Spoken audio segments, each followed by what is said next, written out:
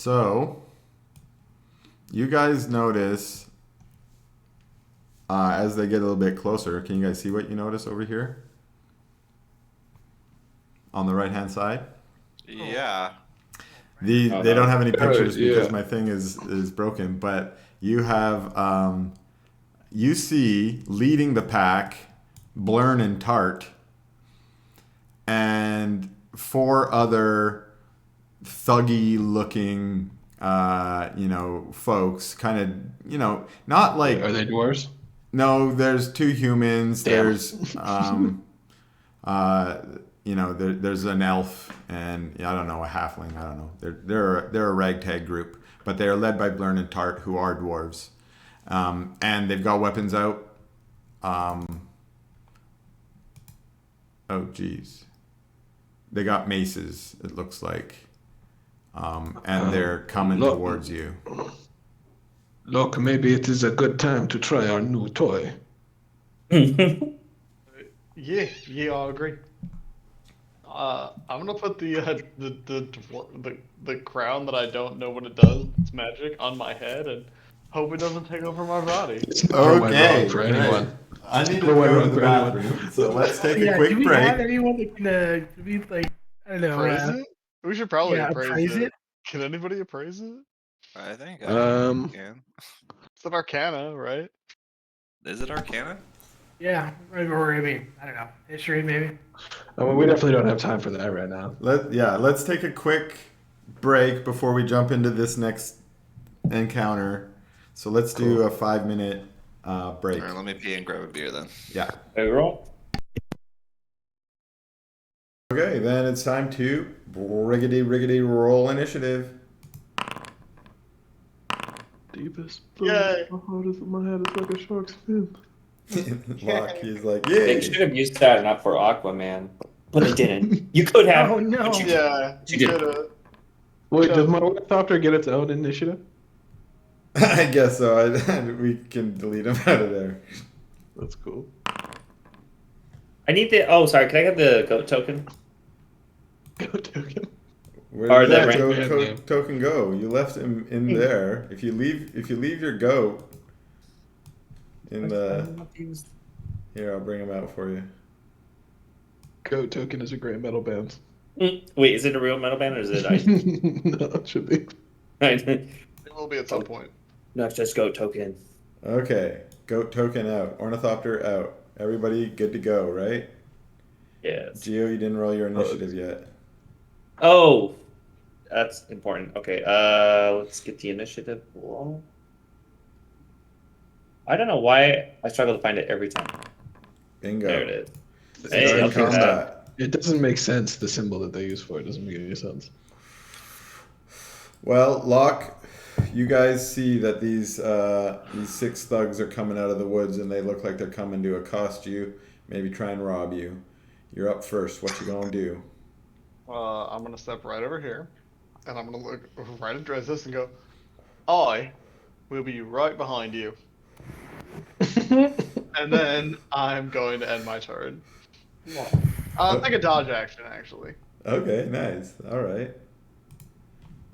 Wait, so did you put the crown on or no? I did put the crown on. Oh, you did You put it on?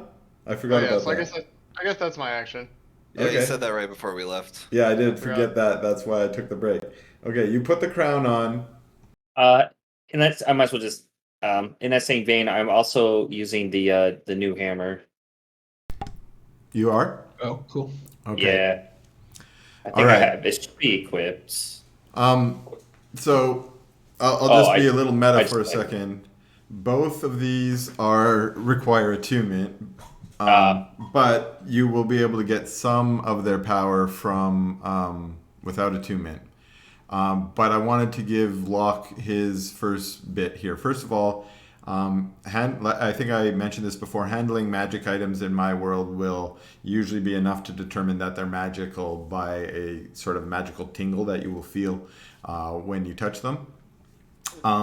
When you touch the crown, its magical tingle is so strong it feels like it's kind of vibrating, and it kind of makes your hand a little bit like numb when you actually hold it. And then when you hold it, which Locke, you've been the only one who's held it yet, but this really leans into it. You feel like you want to put it on when you hold it, and so sure enough, you put it on because you felt like you wanted to. Let me ask you, Locke, do you speak Dwarven? No. You immediately feel as though you can not even just understand Dwarven, but as though that's your natural language. Dwarven is your natural language. Common now seems Oh, holy shit. kind of seems like it's a foreign language to you. Even though you still know all your still languages, Dwarven is now like your dominant language. You want to like talk in Dwarven and say things in Dwarven. You also feel that how can I put this? You just feel very confident that dwarves will heed your words. Not in like a very strong magical compulsion kind of way, but just like dwarves will look to you as someone that they should listen to. Make sense? Okay. Okay. Okay. Yeah. Anything you want to try and do while it was your turn after you got this sensation? Yeah, I want to shout out at the dwarves and be like, who's gonna shout out? Oh, in Dwarvish. Yeah. Hang on, I'm gonna do. Oi! Why are you trying to fight us? We could be great friends, I'm sure. All right. Okay. Wait, did you say that in Dorfs or in Common? In Dwarvish. In Dwarvish. Okay. So who speaks Dwarvish? I do. I do. So you guys hear I do this, but the rest of you hear Dwarvish. You probably understand that it is Dwarvish, but you might not understand what he's saying. Give me a persuasion check. One thing I like about these blind ones is I don't have to tell you if I give you advantage or not, but you're getting advantage from the crown. Cool. Yeah. Persuasion. All right. Okay, so you call out to them. Blurn and Tart are the only dwarves, but they were the ones in the lead. And Blurn and Tart kind of look at each other. They seem a little bit confused now. This one here is Blurn. It's his turn. He walks up as you're saying this as though he's going to attack you, but then he does nothing. He stands there basically wasting the rest of his action, kind of looking confused at Tart. Geo, it's your turn. You are probably also confused. You heard Locke say something in Dwarven, and now the two dwarves appear to be not as eager about their violence, but the other four, the two humans, the elf and the halfling, seem unaffected and are still coming your way. All right. I'm gonna try to quickly talk to Locke. Well, you can wear the crown, but just let me touch it for a second and draw something. And then I think maybe we would, but I don't think that's a good idea just right now. Switch to common, and Okay. I have a dwarvish accent now. I love it. Inspiration. like in mental thoughts, like just a whole different person now. You've changed, Locke. This crown has changed you. What I'd like to do then is I'd like to use my mold earth. Okay. Oh shoot, what's my range? 30 feet probably. Oh, I don't know. I needed to make it public so we can all. And now my character sheet minimized. Mold Earth. You're looking for the sorry. range on that. It is 30 feet. 30 feet. Okay. In that case, let's go move. Oh, no. I made square. I'm sorry. I did that. You're breaking everything. Okay, stop. Go here.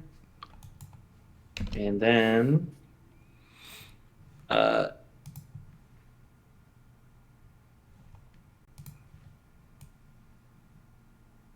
this guy, this is Blurn, this is Tart. These are the other ones. and then it was Blurn and Tart that were being hesitant. Yeah. Okay.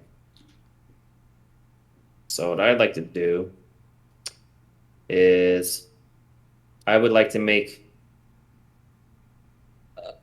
dirt around. I don't know the area if it's just I can only do a 5x5 a square, but I'd like to make the terrain around Blurn rough terrain. Okay. If that's but I don't. It doesn't quite say.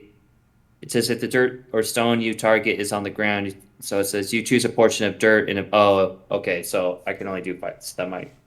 I'd like to just take the. I'll go here and take the dodge action. Actually. All right. Oro. Oro's back at it. Okay. Well, maybe Yeah. Oro's like memory has like seeped into Geo, and he's like, "Do not charge in. Do not charge in." Lucius, you see Geo walk up. He's a little hesitant too. It looks like he raises his hand for a second, like he might cast a spell, and then he just grips his hammer. My eyes will shift back and forth between the Dwarf and Geo.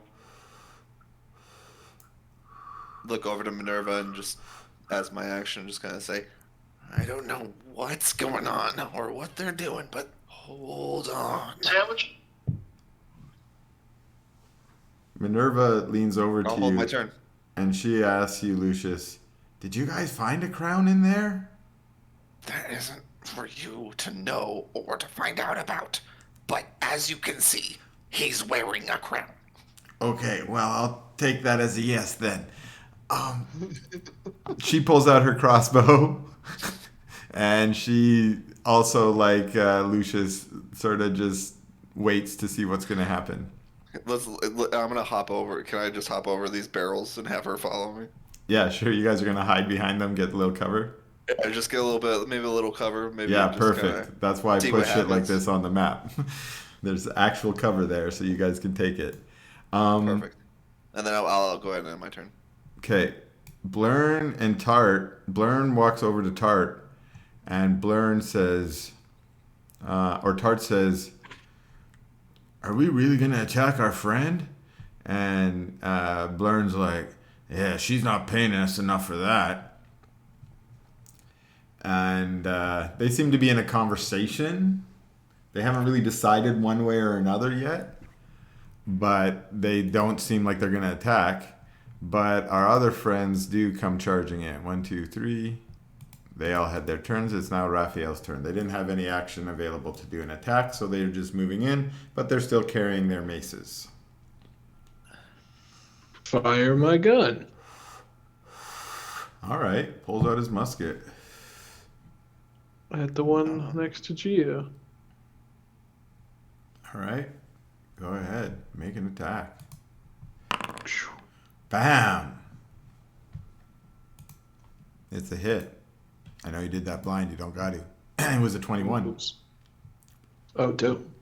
It's a hit, Cool. but you only hit him in the shoulder. It's still a pretty big wound, but he still seems keen on pushing forward. And your turn? Any movement? Any bonus? Yeah, I'll do a bonus for my Ornithopter. Can't get him. There we go. And I will let him take a shot as well. All right.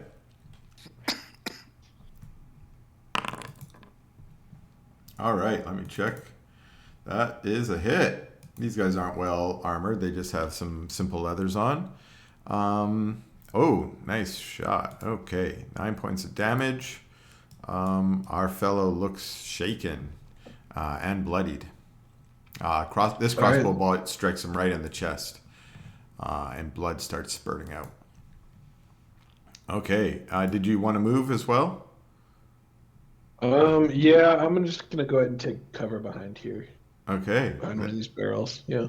that's good. Dresdis, you are up. You watch as your bird fellow does a double strike on this human, and he's bloodied and shaken. Did you see where I marked? Sorry? I guess I should say, what's up with this one? Is this one of the dwarves that are No. questioning what they're doing? I don't Here, think these so. are the two dwarves, and let me give them a status that makes them be like, I don't know what's going on. What's... Am I confused or what?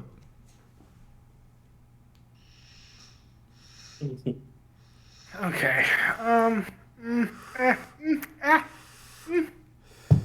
The, I'm gonna step up to here, drawing my halberd, Yes. and I'm going to attack. I'm gonna say this one first. All right. All right. 20 is a pretty Damn. solid strikes and 10 damage. And Timber's just nothing to laugh at. And a very solid strike. You cut him right across the chest, and blood starts spraying out. He looks a little bit shaken from the wound as well. Like, finding us is a fucking mistake. All right, make an intimidation check. Oh shit! All right. Cool. Ow, no. Intimidating. They're not super convinced. Okay, the halfling comes charging in from the back, but he's the slowest. He's like, I'll fight you. He sees what's going on, and it actually seems like he might break and run already. We come back around to Locke. It's up to you now, Locke. Yeah. I am gonna move up to here, and I'm gonna yell with a free action at these two. Yeah. Free action. I'm gonna be like, "Why aren't you helping us out right now? You should be helping us out." And then, Okay, do I gotta make a persuasion check. Actually, I want to intimidate. So I wanna Okay, use yeah, sure. I need to rephrase it then. Yeah. Use Oi! inspiration. You two, I'm your captain. I'm your captain now. You work for me. Help us clean up this rabble. Okay, and intimidate check them then. Alrighty. Okay, that was blind. I shouldn't say alrighty then. Yeah, well, since they did, what did I roll? You rolled a 17, so you did pretty good. Not bad. Nice. Yeah, so that's your turn. What else do you want? That was a free action to communicate I'm to them. gonna attack this dude in front of me. Okay. Oh yeah, that's a 16. That's a hit. You can do some sneakies on it. And how do you want to kill this guy? I just cut him across the throat. Yeah, okay. He's Quick. He's looking down at his chest that was just sliced open by Dresdis, and he's kind of like, and he looks up at you, and you just gurgles, and blood spurts out, and he falls to the ground dead. All right, so I'm in the wrong adventure here. Boom.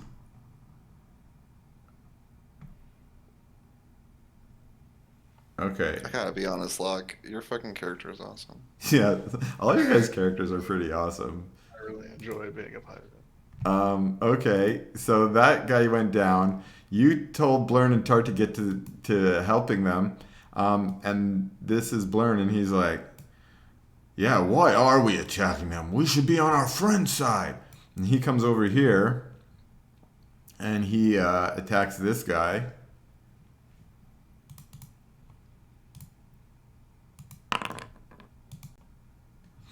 That looks like it's a hit. So he kills his partner over here. That will be his turn. And then we got Geo back up again. You can see that the Right. dwarves seem to be very easily convinced by Locke. Let's see. It looks like. So I'm not sure if I should attack. I'm going to try to intimidate the other ones that are not dwarves. Yeah. Oh, you can see the dwarves are on our side, and you're outnumbered. You need to put your arms down or else. And then I roll an intimidation check. Nice. Let's see here. I think it's my first time ever trying to like ask opponents to stand down. I know. In our last campaign, you guys were like murdering innocents. Like, I'm pretty sure this guy's evil. Let's just kill him. Okay. Yeah. He's given us all the information. Let's just kill him. It was very, very guilty by association. I have a feeling Locke's probably going to be murdering random people a lot, though. They will be random. Okay, true. Maybe not random. For a reason. Lawful evil. Okay. So Yeah, he's I got think a pirate's code devil. you make a convincing plea for them to put down their weapons. And let me see. I've already got some stuff here to do. Well, you can see those numbers as they landed. I'm going to say one of them is persuaded and the other one is not. Mm-hmm. So the halfling on their turn will book it and run, it looks like. Lucius. Yeah. Which one's booking and running? I'm sorry. Yeah, the halfling. I know they're not very easy to distinguish. He hasn't actually booked yet, but it looks like This one right here? yeah, he's scared and he's Like skittish. yeah. I mean, you can he hasn't run yet, but he's like turning around and you can see that he's no longer. What about him? Yeah. That guy, he seems like his morale is still in this. He's an elf and he's hiding behind that bush, that tree. Okay. I'm going to go ahead and Eldritch Blast that guy. All right. I'm gonna pull out my finger gun and blast him. And blast you did. Listen. Oops. You got a 21 on that, and so he took 9 damage as well. Damn, it was 9 damage and a 21? Yeah. Yeah. Really good. All right. That's really fucking good. Are you done? Yeah, that's it. Okay. I guess it's time maneuver. That one. Minerva was like, that was really good. I didn't know you could shoot magic bolts out of your finger. I don't know, man. They just come out when I want them to. You couldn't do that when we were in school. You're hiding something. I'm always hiding something. 1, 2, 3, 4, 5, 6. Tart has enough movement to go over and attack this guy. This could be way more deadly encounter than I intended. Everyone was supposed to run away. Oh, he misses critically. Whew. Okay. But it's your guys still. No, wait. Who's up the next thug? Oh, it's this guy. He's going to make a charisma save again. Because now he's bloodied and everyone's turned on him. But he's like, fuck this. I'm fighting to the death for my 10 gold pieces. Now I should make it a higher DC than 10. I should make it 15 since he's already made one. So he's actually going to book it and run. I think Tart's not going to take an attack of opportunity on him. Oops, something's going on there. My thug got a little messed up. Okay, so he's going to run away this way. And our other little halfling's going to try and run. They're actually dashing, so they're actually going to be booking it. But Blurn and Tart don't. They just chill. Are you guys going to try and pursue the other ones or not? Because if not, then... Not. Yeah? Mm-mm. No? If no, then I'll just drop us out of combat. Anybody else? Okay. I'm gonna holster my finger. I'm holding off as far as attack. Okay. It sounds Yeah, like there's no reason for me to, you know. most of them are holding off, but Blurn and Tart do not leave, but they kind of just mill about a bit, and they mill about over here. They kind of mill about next to Locke. They're like, hey, what's your name, actually? I'm Blurn. That's Tart. I'm Locke. Captain Locke, to you two. You're on my crew now. We got some jobs to do. On your crew? Well, how much do you pay? Hey, you get paid in shares, and you get paid when we get gold to split into shares.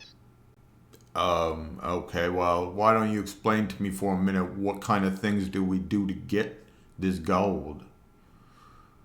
Well, for now, what you do is tell me who the hell sent you out here, and stop to try and I guess stop the lady over there from finding whatever she was looking for in here. All right, do a persuasion check.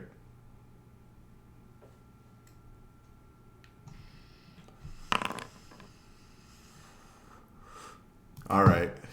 You managed to get Blurn and Tart to um, take a few moments to sort of explain what was going on. Maybe the rest of you, if you're interested, gather around as they start telling a tale. And Blurn says, "Oh, we were hired by that woman, Kira. You see, she told us that there was some folks that were going to try and go into this here barrow. That woman over there, Minerva, her name, she put out a flyer on the Garnock work board saying looking for help to go into the Cabrick barrows. Now, I don't know what Kira had in mind, but she took note of that job offering, and she came up to me and my brother here. She said she had some work for us. Now, we're mostly just laborers in there in town in Garnock, but we don't shy away from a little bit of how you say violence work on the weekend to line our pouch. And she said she needed someone who do something and keep their mouths tight-lipped, and we don't tell no one nothing, so she knows that we're good at that. So we she came and told us hire up a little crew and get them ready in case needs something to be done. And then she also told us make sure we get that job with Minerva and follow her in this barrows. And then she said when we get a chance, we're supposed to cut her throat or leave her in there to die, and make sure she doesn't get out with anything good. And we did our part on that. We left her in there. I don't know how she got back out. She was going to be eaten by those snakes. But then when we got back out here, Kira was waiting for us, and she said she had brought a few more of these boys with her, and she said we need to be ready to jump anyone who comes out here. And that's all she told us. She told us we need to jump you and steal any of the treasure you got out of that barrow. She wanted it, so she told us to make sure we stole all of it and make sure we don't leave none of it behind. And yeah, so she paid us all right. She gave us 2 gold pieces each, and that's pretty good. And I don't know what she paid those other boys, but they probably got the same deal. 2 gold pieces, rough up some people, maybe kill them, maybe steal them, and then keep your mouth shut. It's a good payday, a good payday. Yeah, this does sound like a good payday, but hear me out. Here's what we're gonna do. I want you guys to go back to your carefree lives and do what you do, but don't tell Kira or really anybody else anything about us.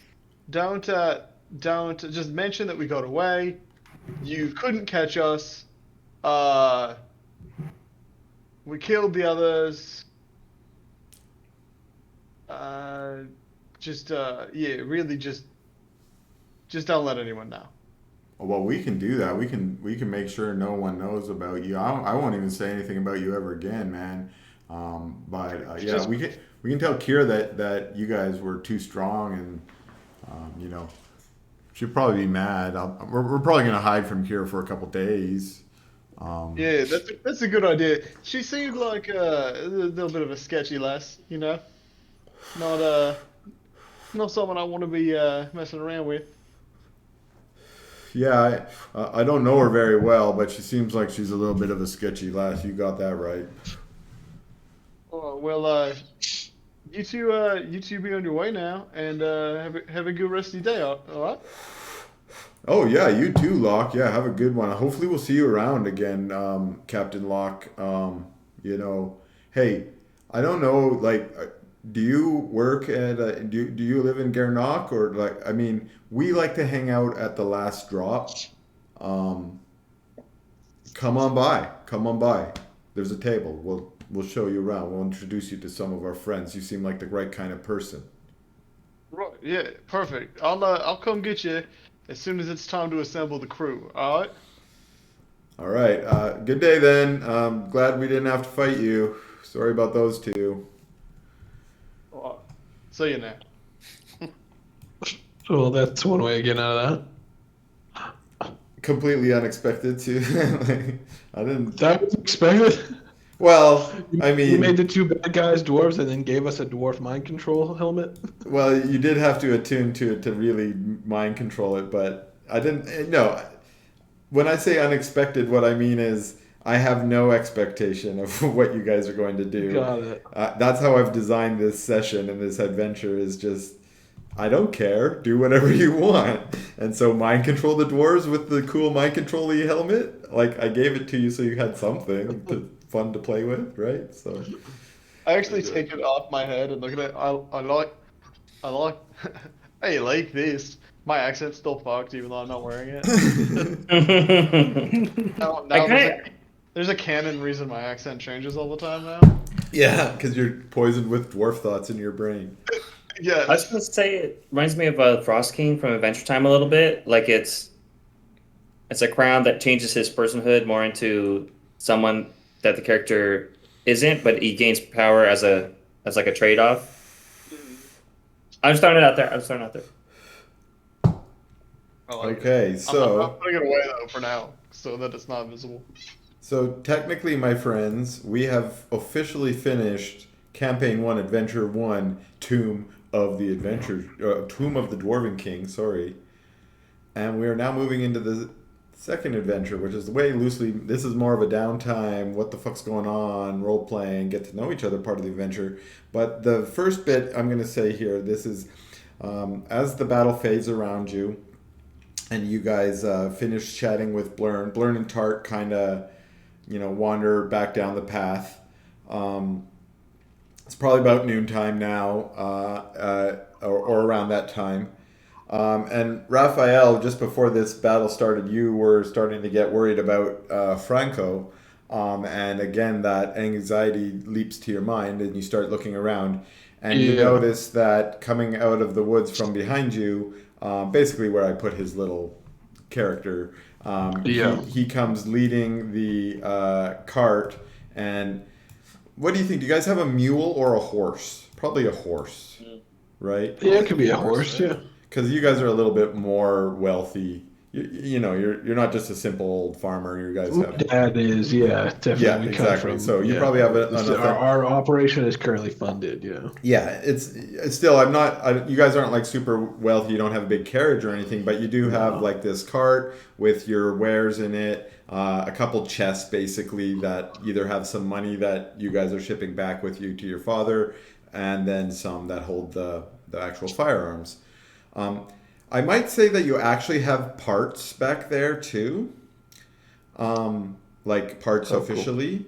But those aren't technically your parts; they're your father's. But you can steal them or purchase them or whatever as you see fit down the way, and we can determine that down the way.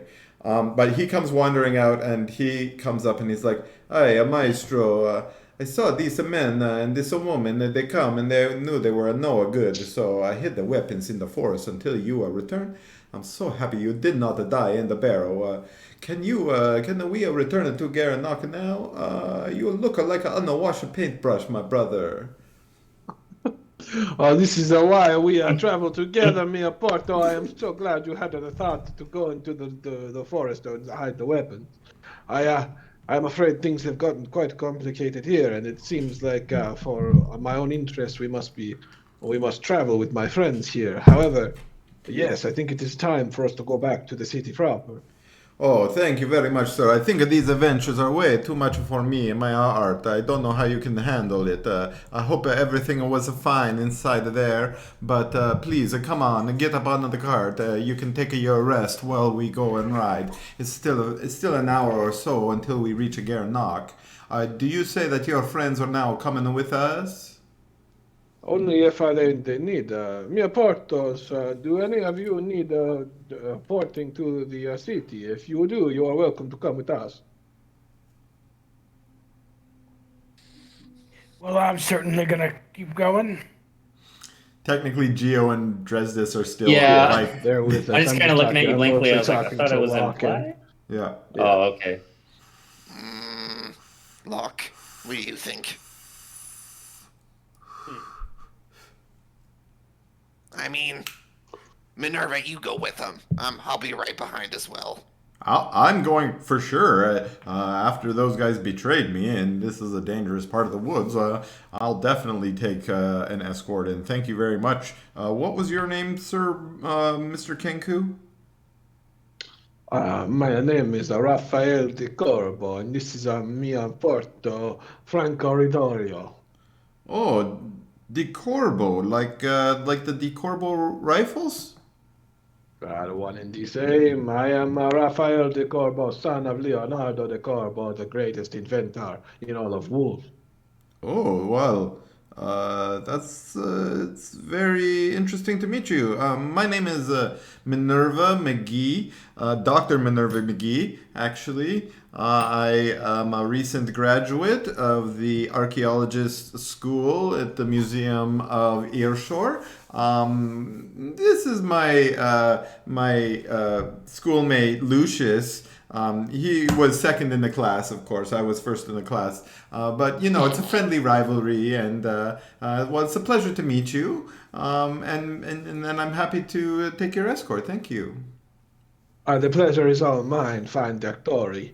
It is my pleasure. All right, so Writing down every time I come up with a new word, I have to write it down. yeah, I'm looking up lots of Italian words and Egyptian words, or Arabic words. So you guys are, like I said, you're still maybe about 2 hours travel from Girnock, and Geo, I'm gonna maybe just say this, Geo, you have some knowledge because you've lived in Girnock for a little bit of time, even though not immediately recently in the last month or two. But I'm actually gonna start. I'm gonna stop trying to use the chat and a little bit more use the journal. So I'm gonna pop up Geo your journal, and I'm gonna just paste some stuff in your journal, and you guys can delete this or whatever later. But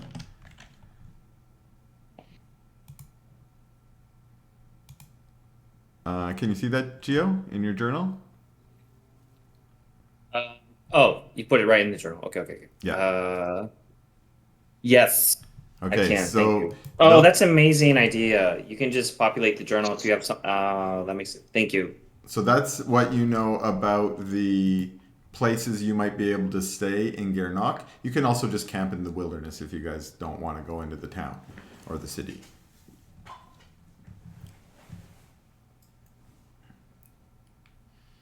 Raphael, how much are you familiar with Brookbank? I'll say it again, Mia Porto. Brookbank, and you been there? Have I been there? Have you ever been to Girnock before? Yes, yes, a few times. Haven't we been together, Mia Porto? Franco's like, oh yes, we went once, maybe about 2 years ago. We went to Girnock. I don't remember which inn when we stayed in. Me neither. However, I remember the food being terrible. Oh yes, We're all it's so thinking that. true. Nothing like the linguine mia cama. So, Geo, based off of that, you're guessing they probably didn't stay at the Brookbank because from your knowledge, it has really good food, but also you don't know what they're talking about. Okay. Sorry, I'm frantically like trying to update my. I see. I'm not sure. Real quick, how far away? Sorry, out of character. How far away is the boat that we came on with? Wait, Like I just realized to ask, like, what is the base of operations for Raphael? Like, did we get offshore from a boat and then come straight to the burrow, or Portable did we? rifles? Pretty much, yeah. We came right off the boat and Okay. went straight to the. yeah. So I guess, yeah. I guess we didn't have any. We weren't staying Maybe you anywhere had else. Yeah. maybe you had an inn as a meeting location in the I city think or we've just something. been camping. Yeah, we've just been camping. Yeah, I think here's what's happened. You guys took a ship to Earshore, but once you got to Earshore, which is like the big, like cosmopolitan kind of a That's where I live. Waterdeep, New York. Yeah, that's where you're from. That I think you probably didn't. You may have spent one night there, but if you did, you probably spent it on the ship, and then Right. you just offloaded your court and started on your way to Garnock. It probably took you a couple days to travel to where you were. And you either just stayed in the wilderness or you stayed at like camps along the way, or sort of Right. little inns, maybe that might be wayside inns along the road along the way. And then this morning you got up early. You were very close to the barrow. You rode to the barrow. You did your business. It's now about noontime, but I'm actually going to advance you since you guys are going to walk to the Garnock. Is everyone on this map now? The map of Garnock? It's I black. don't own anything with vision. It says. You don't own anything with vision. You shouldn't even have vision. That's my bad. Let me go and do. Let me just make some Oh, it's a changes. big black square though. It is a huge. It's the black coolest That's a black big, square you've ever that's- seen. I'm That's pretty a dope excited ass about the black square, square. honestly. Okay. It's got this hex background too. It's dope. Yeah, it does have hexes. That's the cool part. Token I love a hex. I always take a hex over a block. Now can you guys see everything? Oh, Yeah. Wait! Oh, That broke okay. something. Oh, dang. dude. That's nice. What's That broke happening here? something, so I Love this gotta- incarnate. Love it. Oh, What the fuck? This is a dope ass map, dude. Did you make this? I sure did. This is dope beyond all belief, man. This looks fucking professional, bro. Holy shit, this is cool. Yeah, we gotta start streaming this. We are right now. Oh, cool. Oh shit, we are. Well, Yeah. hello, audience. Does that work? That's when you intentionally look into the camera, Andrew. We should start Right. streaming this. Hey.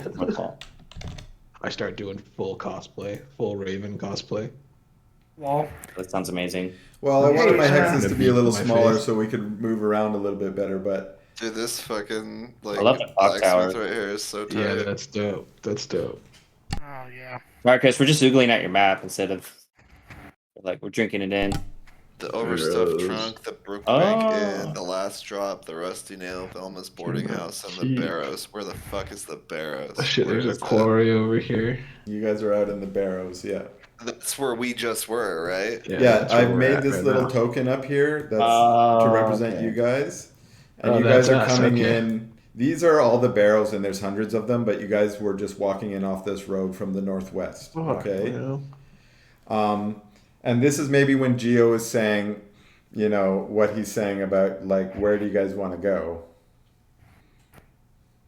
You're at, you know, it's mid-afternoon, you're heading into Garnock, you have to decide where you want to go. Okay, let me put this in more in context. You guys probably I want to think- rest, right? And Yeah, I think I've yeah. already been to the Brookbank Inn. If I've came here from Earshore, well, from Earshore to what I was doing to Garnock, I probably stayed here at night before going out to the fucking mound. Okay, then if you did stay here a night, I will spread a little bit of information. I think the information I gave to Geo I could probably share with some of you, but okay, so who has been here before? Raphael said he came with Franco. Lucius, Yeah, but I don't have a good memory. yeah, Lucius, you're saying Same. you've probably I've were been to the here. rusty nail. I know one inn. I'm gonna That'd be- say, okay, Lucius, okay, everybody who may have been here before, the Brookbank Inn is like the wealthiest inn. It's a little bit more posh. So Okay. it's possible Raphael and Franco stayed there, but you guys said, haha, the food was terrible. So maybe that means no. Okay. That's what I said to Gio at least. There are two other common establishments you might stay out. There is the Rusty Nail, which is mostly for more commoners and travelers who are just going through the town. And then there's the Last Drop, which is outside of town and it's a little bit shadier. It's where it's definitely where Locke would have stayed. It's where Blurn and Tart say that they hang out. It's a little bit shadier, but you may have stayed there. No, I would have stayed at the Rusty Nail. The Rusty Nail. I'd be at the Last Drop for sure. Yeah. Okay. So as you guys come into town, you guys have this rough idea of places you might want to stay, and anything else that you guys want to do. I mean, you're heading into the town. You don't have to go straight to an inn. You could go somewhere else too. But my idea here was, if you want to take a long rest, that's going to take a week. You're going to probably want to do that in an inn. Oh, that's right. We're playing the what do we call it? Like Greedy realism. Yeah. gritty Hardcore realism. mode. That's what they call it. I just call it like normal. That makes sense. That's cool though. I think that's going to be the best way to play, but I forgot. No, But that's cool. Do I Yeah. have know what I wanna do. a delivery to make? Yes. Thank you for saying that. It's a little bit later in my notes, but you don't have to go on there. Okay, so here's what I want to say, more higher level first, bird's eye view. You guys, I don't think, have technically deliveries in the sense of that you don't have a customer in Guernock that is like, I'm expecting 2 rifles. Okay. Okay. What you We just do come here have, selling door to door. yeah, you guys are like door-to-door sales folk. You're rolling up in here, and your contact, if you will, here is you try to sell to the biggest shop in town, which you guys know. Let me see. Yeah, I don't have too much here. It's just a shop called the Overstuffed Trunk. Got it. That's where you guys are headed to in Guernock. And the only reason why you picked Guernock first was because this is where you wanted to go into the Barrows. So you don't actually have an appointment here. It's just Franco is anxious. This is how I got my dad to pay for it. Exactly. Yeah. And you probably should sell some of those guns. Know what I'm doing. Yeah. Okay. Cool. Yeah. So that's definitely where we're gonna go for sure. Okay. Is that where you're trying to go first? I mean, we probably want to rest up first. Okay, and let's also talk meta. This will be our first time doing this kind of rest. Normally, when you only have to rest for 8 hours, we assume you sleep most of the time, and therefore you can't really disturb your rest with anything. But there are in the rules that already say that really you only have to be sleeping for 6 of those hours so that you can watch, and watch can involve, certain downtime activities too. So I'm going to spread that kind of into our long rest. If we're going to spend a week in Guernock to rest, that doesn't mean you lay in bed for 7 days. You can do anything pretty much, with the exception it doesn't expend a huge amount of effort. Yeah, like you can't fight but even the resting rules allow you to fight. They say if your rest is interrupted for like a brief fight, say, you can continue that rest from where you left off unless you do too much effort. And I think the rules say like 1 hour. So if you were like being chased for an hour, then you have to restart your rest again. I'm going to say I don't need to really say what the rules are now, because unless it comes up, but we're going to follow the same sort of idea there. Unless we actually get into a battle or you guys decide to, go for a forced march or something, you can go shopping, you can go to the temple, you can do some research at the library. Anything that's not super vigorous, you should be able to do. Okay? Any questions about that? No, I'm good. That makes sense. Good. No, I know what I want. Okay, then tell me which inn you're heading towards. I'm going to the Rusty Nail. After I look around to all of the compatriots, maybe just kind of say we're gonna meet up later, or what? Right? Or am I just gonna go off by myself? Or is everyone No, I'll going come with with you? you. Yeah, the Rusty Nail sounds good. I'm Yeah. also gonna go to the Rusty Nail.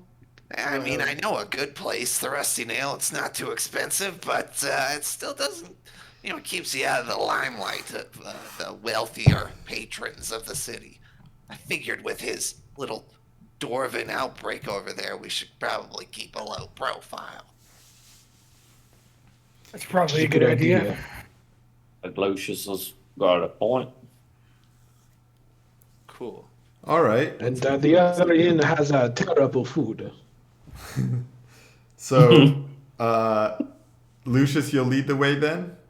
Yeah, absolutely. And Gio, you know where we're going to, so you're sort of familiar. Yeah. I was thinking like if what he said made sense based on what I knew. So you guys start walking into the town. You walk in through the barrows, and when you get to this part of town, you realize that this area is mostly dominated. It's at the afternoon. You see a couple of shepherds up on the barrows leading their herds, and as you get into this part of town, you see that these are mostly stables. There's a lot of stables out here, ranches that are both for horses, but also cattle and others things. But they're not super extensive. They probably just support the local community. And you start walking in, you see a nice watermill across the street, and you start getting into the more city proper. You see some wealthier homes here, well, middle class homes, some other shops, slowly shops as you go. Some of the buildings here are quite old and still have Dwarven architecture from the more ancient times. And you wander across.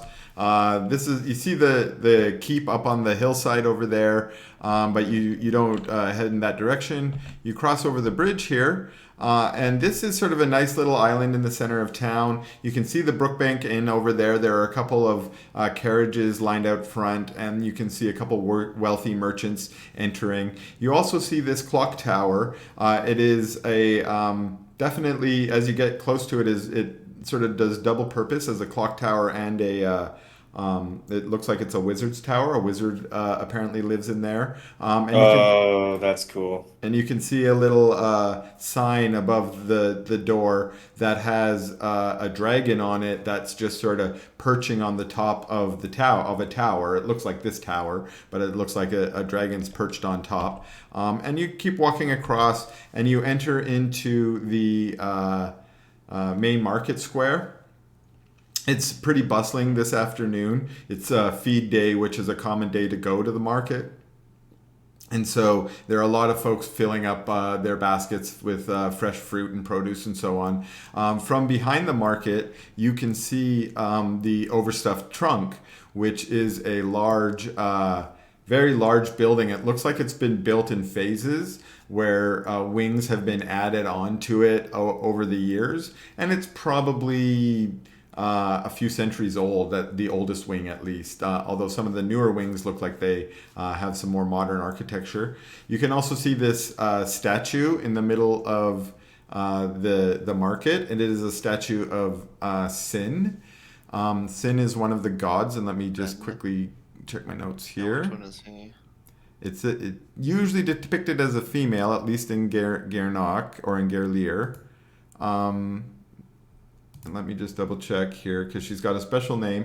Yes, she's in Guerlier. She's known as Sin the Bejeweled Peddler, which, for instance, Dresdis, Sin is also a revered god in Loxodon, but she's got a different name, or she might not even be female. I don't know. I don't think I've determined what her version in Loxodon is, but you know her as someone different. But here, what you basically see is it's a large statue of a woman who has got a lot of jewelry on. She's got some silks and shawls and so on hanging over her. She looks like she's sort of not like very wealthy and ostentatious, but just, she's very got a lot of decorative outfits on, and she's also got a pack on her back that looks like it's got a number of wares in it, and that's just one of the patron gods of Gernok. And this statue has stood here for many, many years, and it also, she sort of presides over the marketplace. And you guys walk in behind the market through some of the market wares into the back here, and you find that this area of town is an area of town occupied by a lot of the not just straight laborers, but skilled laborers. So like bakers, potters, anyone that might be making some kind of craft. A lot of the buildings in this area serve as both a shop, storefront, and a home for someone like a potter or a baker. And this slightly larger building that you see in the middle here is the Rusty Nail, which is the inn. And you guys head into the Rusty Nail. And it's mid-afternoon, so it's not super occupied. There seem to be a few regulars. There's a dwarf passed out on the bar, and there are two humans playing cards and drinking mugs of ale sitting at a table. Otherwise, the common room is mostly unoccupied, other than some workers serving people, sweeping up. And you see a dwarven woman behind the bar. She's, as all bartenders are always doing when you enter, she's cleaning a mug with a rag and putting them up onto the shelf. And you guys come in, and she says, "Welcome, come on in." She's a beautiful dwarven woman. She's got blonde curly hair, as well as some beard. Sideburns that come down to her here, but they're nicely trimmed. And her bodice swells. And she often wears layers. She's got layered skirts on and a nice tight apron around. And she says, "That's a great way of saying that." Her bodice swells. She got titties. She got titties. Yeah, exactly. This one has modest swells. This is mature 43-year-old Chris, and 18-year-old Chris had much different. Swells is the best. Every female had lots of things to talk about. Anyways, let's try and not be that way. Okay, so she comes on and she says, "Welcome, come on in." And she recognizes Lucius, and she's like, "Oh, welcome back, Lucius, right? We've still got your room ready if you want to spend another night." I'd love to. Oh, that's great. Oh, and do your friends need some room as well? Oh. In fact, miss, actually, hang on. I'm gonna. Can I reach in to my pocket and just kind of hold on to the crown? You can hold on to it. Okay, all right. We gotta set up a pocket, nobody can see it, right? Okay, so wait. So you go and you reach in and you put your hand on the crown. Make a wisdom save. Oh no. Yeah. Oh no. Wisdom's bad though. Oh no. Sauron shit. This one could be You've been abusing a thingy. Yeah, I want to continue to abuse. I know it's fun for both of us. Oh, good job. I have a -1. So again, you reach in and you go to grab it with the intention, like you're doing, like you're like, haha, I got an idea. I'm gonna pull my own over her. You reach in, you hold it, and again, immediately shocked by the power of the magic, the vibration as you hold it in your hand. You're like, whoa, numbing sensation. And again, a sense overwhelms you, like, I want to put this on my head. Why wouldn't I put it on my head? That's the thought that goes through your head. Why wouldn't I put this on my head? And then you're like, oh, I might, some quiet thought in the back of your head is like, I might look like an idiot or something. And you're like, oh, yeah, I shouldn't put it on my head. So you are able to fight off the desire. But for a brief second there, you were going to put it on your head. But you are gripping it in your hand. So tell me what you want to do with it gripped in your hand. I'm going to say, in Dwarvish. Excuse me, ma'am.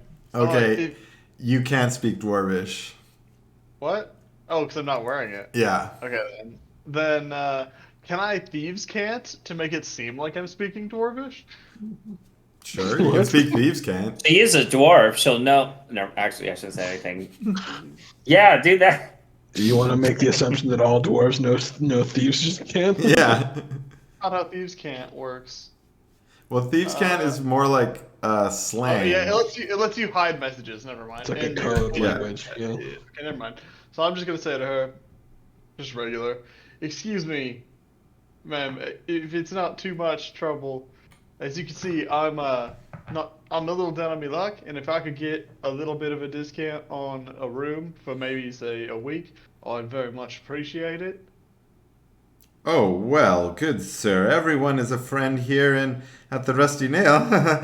We don't judge anyone. And if you're a little down on your luck, don't you worry about it. We've got shared rooms, and it looks like you've got a good group of people here. Well, you could all rent in the shared room. It's just two silver pieces a night to stay in a shared room, and it's 1 gold pieces for a week each. I slap Locke in the fucking, like, kind of give him a little elbow. Be like, hey, I'll share a room with you. We can split up what we got. Yeah, right. Alright, so yeah, shared room for me and my friend here for a week. It's not even to your chest. I'm sorry. I elbow you in your thigh. Yeah, I was gonna say, like, kneecap, Yeah, he's small. I You have to like forgot. jump Okay. up and hit him in the so chest. fucking small. There's no way I'm elbowing you in the chest. Locke's not super tall either. Like he's Okay. He's So- not cute. So yeah, we're actually all pretty Gelda small other than Oberon. says, Geo and she says, Geo. a shared room. Well, you know, Lucius, our shared rooms occupy up to 6. Well, if your friends want to cram in with you, they can all cram into the same room. But if you want to spend a little bit more money, you can go and get a double room. how much is the double room? Well, the whole room, the double room, is 11 gold pieces for the week, but that would be for both of you. It's a little more pricey. A little more pricey. That's expensive as fuck. Well, it's a private room. Yeah, I think I'll be just fine in the shared room. Thanks much. Oh, Yeah, but- shared It is room not it is. my preferred. It is not my preferred accommodation, but I will take it. Shared room. How Sounds much like is it? all right. So Gold piece so it's for 1 both. gold piece each, Each All one. right. and that'll be for a For week. the week. All right. Okay. And she says, "Oh wow, that's wonderful. Thank you." And she collects 1 gold piece from each of you. And as she's done, she's like, "All right, follow me then." Lucius, you know the way, but come on in. She's also got a key, but she's only got 1 key for the lot of you. And she says, "Here you go." And she leads you into the back. And there's a room in the back where she opens the door, and it's a shared room that's got 8 bunks in it. They're 4 bunk beds, but room for 8 different individuals to sleep. We're sort of like a hostel. And you guys have room to put your bags and so on at the end of the bed in a small chest. And there's a basin to clean up and so on. And as you enter the room, she gives you a second to get your bearings. And you notice the room is already occupied by 1 other person. This person is a kobold. And I will describe the kobold. So this kobold is a very, well, none of you are lizard people. So if you Not were, so far. if you were of a reptilian find, you might find this kobold, who appears to be a female kobold, to be very attractive. But if you don't find lizards attractive, I don't know, maybe you're just like, it looks like any old other kobold. Totally into that shit. Yeah, exactly. Elephant lizard sex is the shit. Okay, so this kobold, about 3 foot tall, copper colored scales with makeup, especially on the face, but you can also see some on her hand, that make them really shimmer in the light. There might be some kind of magical makeup on there as well. She's wearing a cerulean silk jacket with that covers a delicate lace tunic. And she's also got some tight-fitting teal breeches over some fine shoes. She's got 2 golden chains around her neck that end with gem-encrusted pendants. Her fingers are also covered in rings and bracelets. Almost gaudy, but not quite. She looks kind of well put together. But she definitely seems way too wealthy to be in a shared room in the Rusty Nail. And as you guys walk in, she is playing a song on a lute, and she is singing along to it. And you hear her sing. She sings, "I'm beautiful, I'm beautiful, it's true. When you see my face from any place, you'll know I'm beautiful too." And she's just singing to herself. And as you guys come in, she puts down her lute and she says, "Oh my God! Wow, wonderful, wonderful. 5 adventurers fresh from the field, bloodied and tired. What stories do you have to tell?" "Well, you have come into the right room. I am Mirik the Beautiful, and I want to hear your stories. And trust me, they will be well rewarded." And she pulls out her coin purse, which all of you could already see was bulging at her side, and she drops it on the little shared table before her. She says, "All right, go ahead. Give me a good tale and I'll line your purse." Ooh, sounds like a decent idea. You guys are taking off your stuff and sitting down, so take your time to engage if you wish. Well, I certainly don't mind giving you a little tale about climbing into the depths of a tomb only to be faced with skeletons and a ghoul, and still coming out on top. Is that what you have been up to? A skeleton and a ghoul. This sounds like a very interesting adventure indeed. Please, what is your name, good Loxodon? That would be Dresdis Abnelzar. Oh, Dresdis, that's a fine name. And you are Loxodon. Do you come from all the way from Aliona? Indeed I do. You must have wonderful tales to tell. Why have you come to Gurdan? Why are you in Gerlir? Oh, quite simple, really. I hired for work. I work for this gentleman over here, and I point to Raph. You work for this He's a gentleman. merchant. A Loxodon working for a Kenku. Very, very interesting. And tell me this tale you say of going into a tomb. Which tomb? I just say a dwarven tomb and don't really give it a name.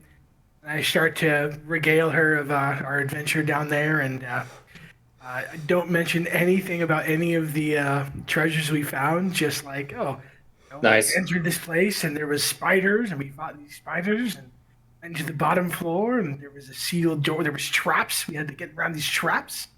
Sealed door, break down the sealed door, only to find skeletons and a ghoul. Okay, give me a performance check. Performance, is that what I said? Yeah. Woo! Oh, shit. It's supposed to be. Well, it was supposed to be blind, but everyone could tell very well that Dresdis is... You guys... I mean, so this is a part where you guys are going to, get to know each other a little bit. So Dresdis, he didn't say too much about his backstory, although he did say he was from Aliona and he had come to Gurdan for work. He does tell the story of the adventure that you guys were just on, in some ways stealing the low-hanging fruit from for this particular challenge, since that was the one story you all share. But he tells the tale, and skillfully, some of you who are worried, like, oh no, is he going to talk about the crown or some of the other treasure? He skillfully kind of skips over some of those important pieces, which probably raises his value in some of your guys' estimate. And then he he focuses on the battle, I think, which is a very like paladin-y kind of thing to do. He focuses on the glory of the battle, and he tells a great tale of the glorious battle. He doesn't take all the glory for himself. He spreads it around, and he tells a good tale. And you keep Mirik pretty impressed by your tale, and she reaches into her pouch, and she pulls out 12 gold pieces, and she offers them to you. Hello.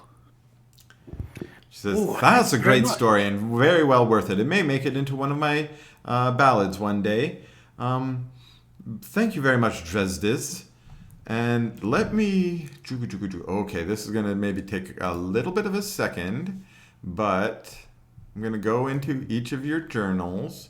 As Dresdis is telling his story, each of you remembers, oh, I've heard of Dresdis before, and there was a little rumor that you had heard of, and so I'm going to go and put one in each of your journals. So I put one in Locke's. I'm sure any rumors that I've heard are, decades old. Okay, so that was Dresdis's turn. Dresdis went first. Geo, you're next on my list. Do you want to tell a story now? She turns to you, Geo, and she says, it sounds like you got the killing blow on the ghoul. Tell me more about yourself, Geo Eco. Sorry, 1 second. And Geo just fades out of existence for just a second. His eyes glaze over, and he just stares off into the nothingness. Okay, sorry. So right when you're asking, I had like someone's trying to get my attention. Sorry about that. Well, I don't know. What kind of stories do you like? Well, I'm actually here trying to gather stories of the common folk, but when I saw a bunch of adventurers coming in, I thought you might have stories of adventure, and I'll take either. If you've got a story of some adventure in your past, you look like you have many tales to tell, good orc. Or just tell me about your life. What kind of life have you led? Where are you from? Who are your loved ones? That's kind of private information. I'm kind of more of a shy guy when it comes to that kind of stuff. But what I will tell you is, one time I had I believe, help it. There was a castle. I was having a water supply problem, and we got the water supply problem fixed. And I think that was a nice story. We went and did that. All right. You tell a story. Actually, I've fleshed out that story a little bit. It's one of your rumors. So I will. You actually tell this story. How actually do this? Make a performance check for me, because I don't know how good. Maybe that was your story. Actually, no. I was trying to make it I was just really quick about it and just didn't give any details. Okay, then make a performance check with disadvantage. All right.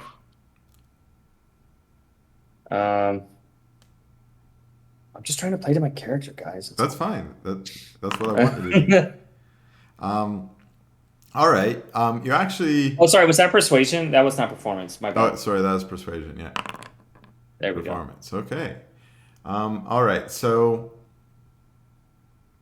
you try and make it kind of short, but after you start getting into it, you start feeling yourself a little bit. So I will add a few extra details to that. The castle that you actually helped with the water supply was Garnock Keep, this one here. And it was during the last winter, actually last spring, where there was some runoff upstream that was filthy runoff that threatened to jeopardize the water supply of Garnock. And you used some of your magic. That's all you really say is you used some magic I don't know. Do you publicize your magic or no? I tried to be. I did not. Okay, then I'll say you left it vague. You say something like, you built. What do you build to stop water from flowing in? Dams. Yeah, I want a dam, I guess. Yes, you built a dam. That's why couldn't I think of that? You built a dam to stop the water from flowing in. Beaver house. Yes, what are those beaver houses called? The page out of the beaver's journal later. All right, Yeah. so Yeah. okay, so you actually did an all right check, so I'm gonna roll you some. You can take 2 gold pieces. See, I'll take. yeah, both of the them. dice gods didn't think it was that good, so they gave you 2. Okay, let me go back to my that's kind of journals. Geo. Now, each of you learned something about Geo that you remember you learned. So again, you don't have to like call people out on these right away. You can keep these as little feathers in your hat, things that you may have known. Yeah, I take exception to that terminology. Oh, sorry. Oh, geez. Insensitive language. Anti-Kanku language. Yeah, seriously, not cool. All right, I think I got everyone there. Okay. So Geo shares his little tale, and you guys all remember, oh, Geo, I think I've heard of an orc named Geo before, and you had heard a little rumor about them. And Mirik turns to Locke, and she says, you seem like you might have an interesting tale. What kind of story can you tell me? I'll make you a trade. You teach me how to play that lute. Teach me a couple chords, and I'll spin you a tale. Well, this lute is a very prized possession of mine. I don't usually just let anyone old strum on it, but you look like you might have the fingers that could treat this instrument with the care that it deserves. I agree to your trade. Well, there was I used to run on this crew, this say privateer crew, and we just liberate supplies from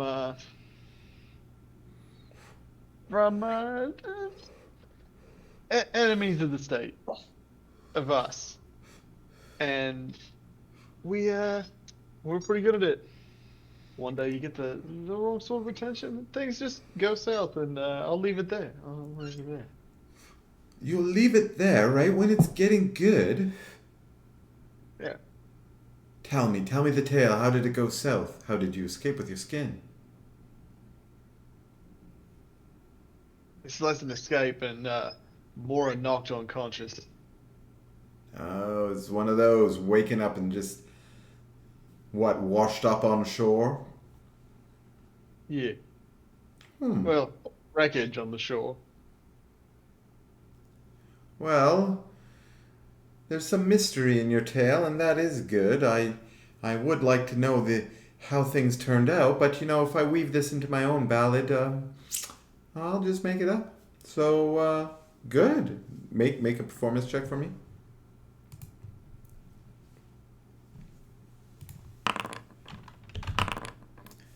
She pulls out 18 gold coins. It seems like she's almost randomly pulling out coins. It's almost like she's rolling a d20 to determine how much coin she gives. But she offers comical. you 18 gold coins. Nice. Also, Lucius, I think I'm missing one more rumor from you. Oh, really? Oh, I didn't check recently, but I think I only got 3, but I can double check. But that was Locke, so let me go put things in your journals. Justice, what happened to your other Wait, book? what? Did you delete it? Man, these are some fucked up rumors, y'all. What the fuck? Yeah, You got fucked up friends. That's the problem. You're like, I'm good. You guys are fucking monsters, man. Oh, we don't get all the bad ones. You might have got. I also kind of randomly giving them out, so some of you might be getting all bad ones. Some of you might be getting all I false got all ones. bad ones so far. That's great. Oh, So Okay. far, all three of these are very concerning. Right now, This is you're the like best group party. RPG map Okay, I'm I've just ever gonna seen. go ahead and start putting everyone's rumors in because this is taking too much time. But who is next up? Lucius. She turns to Lucius and she says, "You're a Verdin. You guys are a very interesting group of people. I'm sure you have an interesting tale to tell me." Yeah. Not so much interesting. Honestly, you know how it is. The goblin tribe, your family gets out, they buy a house in the nice city.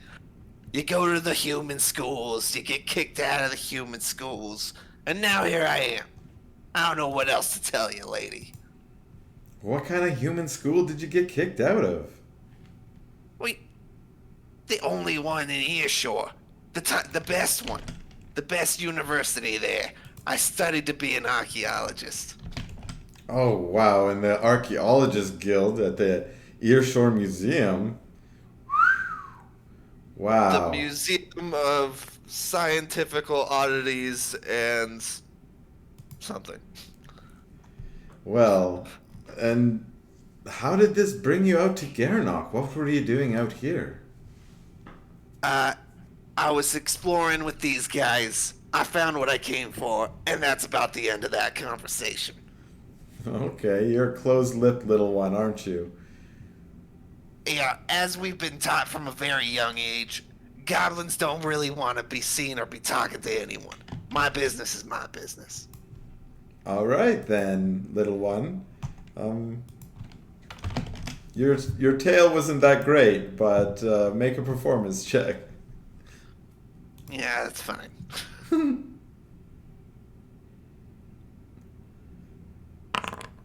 Some of your eyes are a little bit more tight-lipped than others. Random coins. You get showered with 11 gold pieces for yours. For my only, okay. Generic edgy rogue backstory wins again. 18 gold. 18 gold. How Edgelord wins. dare you get more gold than me? And that leaves Goes us to with Lucy. you. Oh You, my god. Birdman, you seem to be the most interesting of all. Why Why don't you tell us a tale that I'm sure can top the tale of all of these other tales? Well, I know you may know my name as Raphael de Corbo, and you may know better the name of my father, Leonardo de Corbo. But what you may not know is that my line from my family dates back thousands of years. There have been traces of the de Corbo family occupying the Tower de Corbo in Pescara since time immemorial. And one of the most interesting things that has happened to us is it is fabled that deep within the woods outside of the Corbo Tower lies a coven of horrible vampires. And it is said that one of my relatives, whose name has been lost to the centuries, has been taken by them and turned into one of their foul brood. Oh, thank you, vampire. Wow. It is this reason that the Corbos, as well as dedicated to solving the family mystery of the Avia Machina, is also dedicated to the complete and total eradication of all of the Sangua Pesta. Are we playing? I didn't even know that story. I mean, I remember you saying something about that. Wow, okay. That all sounded amazing, by the way. That was an amazing story. That was much better than all the rest. Is this Italian Castlevania? Is this Yeah. thing? Yeah, what the Apparently now it is. Okay, so you know what to do. Make a performance check. You can have an advantage. So, let me bring up my dude here. Where is my dude? There's my dude. Performance check. Should I do that public? You can. It doesn't really matter. Everyone knows what's going on here. Yeah. Despite your great story. This really fits her character too. She doesn't care. 15 gold for you. Very good. Hey, What a happy, great happy. story you told. Okay. So you guys tell the tale, and Mirik is impressed. She listens to all your tales, and you guys learn a little bit about each of you. I don't know if I finished everyone. Did I? Lucius. I have 3. Yeah. Yeah, I have 4. I had 4. I think I'm missing Geo's too, because that's Lucius's last one. Oops, shouldn't say that, because now you know who got who. Dresdis, you got 4. I got 4. Is the she here? Is that referencing this person we're talking to?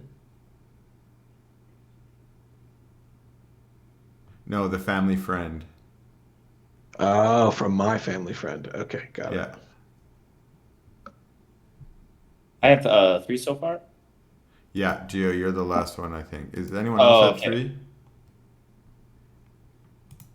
Sounds like no. Okay, I think yours is at 3, Geo, because I have to write it. Oh. Josh. What? I'm just kidding. I'm just joking. I didn't do it. It wasn't me. I promise. Alright, fair enough. Let me do doobadoo, doobadoo. Boom. Okay.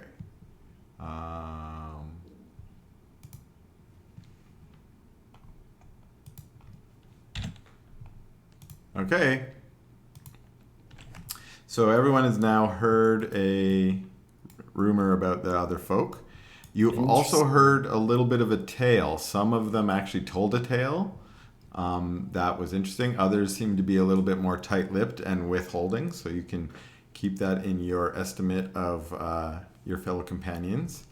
But also, as the tale, you guys probably spend the rest of the afternoon engaging with Mirik, and she thanks you for the tales, and she says, "You know, I think I got what I came for here. It's probably time for me to leave anyways." And she just walks out of the room, and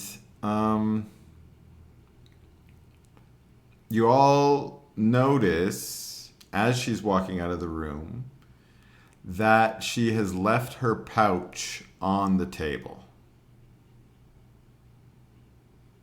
That she was pulling cash out of? Yeah, it's still got coins in it. I leave it be. Anyone stop her? Oh yeah, I definitely tell her for sure. Yeah. Yeah, if she's not all the way gone yet, I'd tell her that she's left her. I'd stop her and tell her. Okay. I'll say shit. What do you say? Excuse me, Mia Porto. It seems you have left your purse here on the table.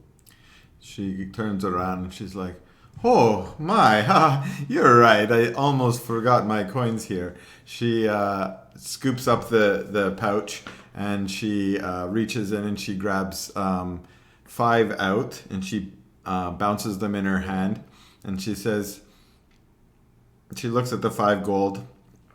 She looks at the pouch and she says, "You know what? I don't need this." And she just gives it to you, Raphael. Fuck yeah.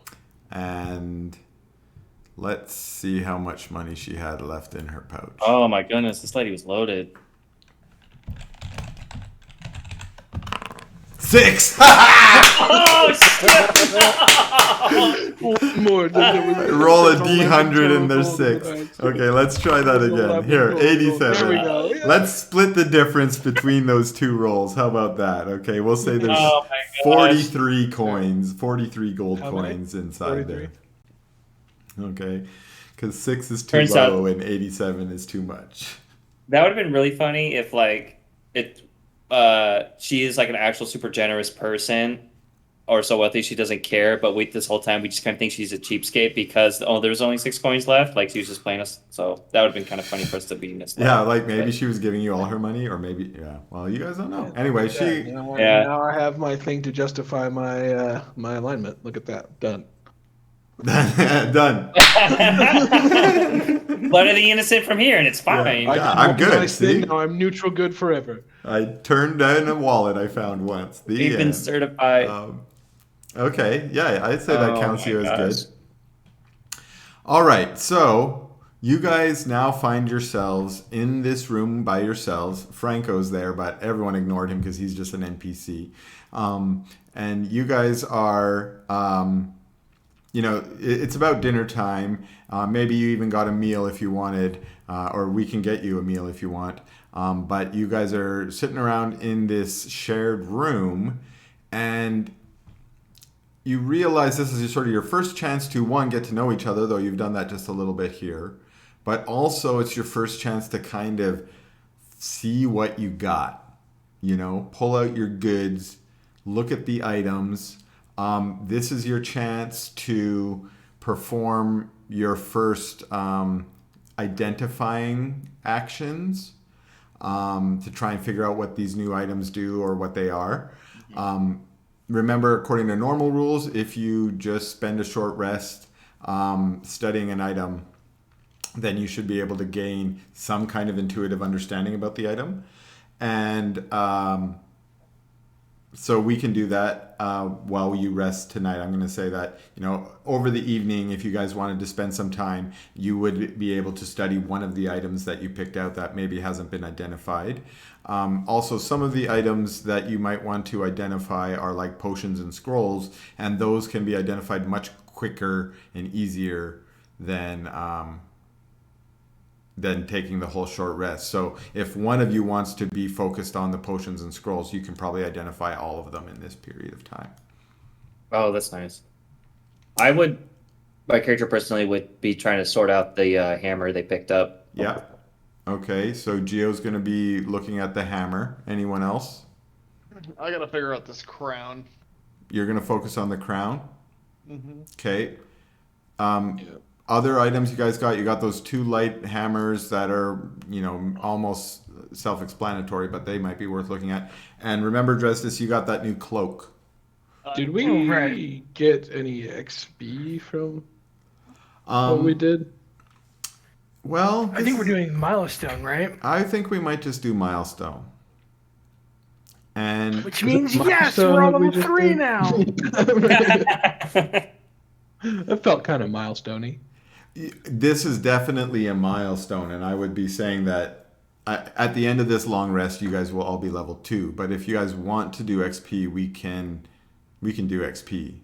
But I don't care. I honestly don't care. If you don't I'm care, good either way. Whatever you think's best, Chris. Like, Yeah. I feel like As long as I that level doesn't up bother at me. some point in time, I'm cool. yeah, you'll I'm still only level. thinking that Word, because word. I get item infusions at 2nd level, and I could spend this time doing that. Right. Okay. Everybody gets something cool at 2nd level probably anyways. So let's move to 2nd level so we can, in our downtime here, we can do our leveling up activities. Dope. And then See, this is why you're the best DM ever. Thanks. You guys Can I are the level best up? player. Yeah, sure. Go ahead. Yeah. all right, I guess. Can I level? Okay. Yeah. Okay. So, are you saying that Raphael's going to be focusing more on his level up activities right now than on any items? Well, he didn't. I mean, well, he's gonna definitely be like using. He's gonna like use some of his time to put the parts into his ornithopter and make some adjustments. Okay, And then that's he's going off, to take and you then he's probably off. the whole week, but we can. Oh, okay. That can be part of your activities for the week as well. I assume you're going to want to Okay. do that. Yeah. I'm just mostly focused on this first evening, and if there's any items you want to identify. Oh, I mean, I can help identify anybody, but no, I Okay. don't really have any. Let's just go through the quick list. Name an item that you guys might want to beat. So Gio's on the hammer. Locke said the crown. Dresdis, you gonna look at your cloak maybe? Indeed, I am. So that leaves us with who? Lucius and Raphael? Yep. Lucius. You guys gonna do anything or do something else? Absolutely. No, I'm gonna be looking at this ring and seeing if it's the jewel that I really am after, and maybe Yes. see if I can find a way to pop it out of there, or at Okay. least maybe go find a jeweler who can do the same. Okay, so yeah, let's do this. So, Locke's working on the crown, and that's the most coolest, so I kind of want to leave that one last. So, was anyone going to focus on the potions and scrolls? Raphael, maybe? Yeah. Okay. Yeah, I should identify those scrolls for sure. I think the only potions you guys have found are Two potions unidentified ones. are yours, right? Locke? Yeah. And you're going to keep yours hidden, right? Yeah. Okay. So then the scrolls. Do you remember how many scrolls you have or which scrolls you have? I wrote down some. Yeah, I wrote down all the scrolls that I got in my inventory. I got 1 scroll of sleep, 1 scroll of command, and 1 unknown scroll. It's a scroll of bless. Dope.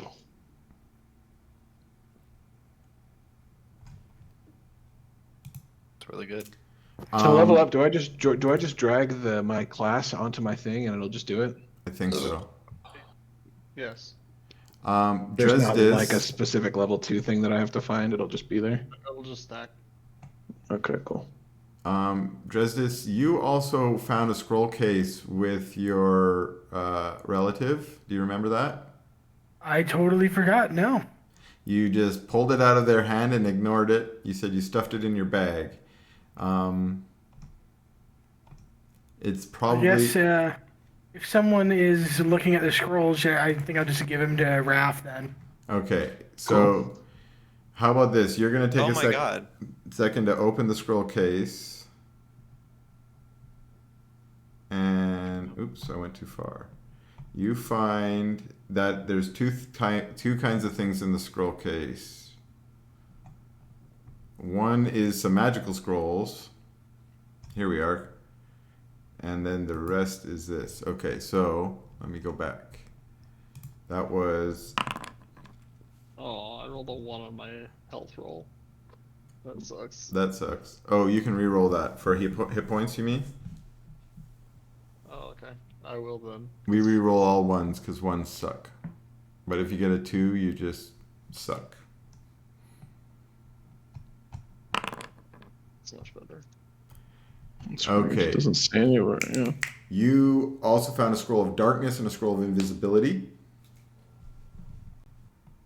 If you open up your journal, you should be able to see. I'm reading it right now. Oh, okay. It's private. It's just, yeah. Okay, so that was the scrolls and whatnot. So now we'll work our way back. So I'm going to take. No one looked at the light hammers. I thought Geo did. Gio's looking at his hammer. He got a special hammer. Okay. So, Oh. Gio, There's 2 other ones. That's right. you study your hammer before you go to bed this evening. Yes. The hammer's very well crafted and balanced, perfectly balanced. It serves, as you can tell, that it will serve as both a functional sledgehammer for, engineering purposes like yours, and a war hammer. So it definitely serves as a replacement for your sledgehammer. You're welcome to keep your sledgehammer as a backup, of course. Nice. In addition, it has been imbued with the power of a warlord. And because this is just sitting down and working with it, you get only an intuitive understanding of it. But in a second, I'll let you do an Arcana check. In fact, if you want, you can do an Arcana check right now. Wait. But Public or private? this one doesn't matter. Okay. Yeah. I bet you wish that one was private. Okay. Oh, I didn't do a private one. That Wait! one Oh, doesn't jeez! count. Oh, jeez, Rick. Yeah. Okay. So, Oh, Ah, jeez. you suck. by By the way, I read that You were so fucking cool, man. I'm just gonna say. Oh, thank you. Yeah, I spend lots of time writing this stuff, so I like that you guys like it.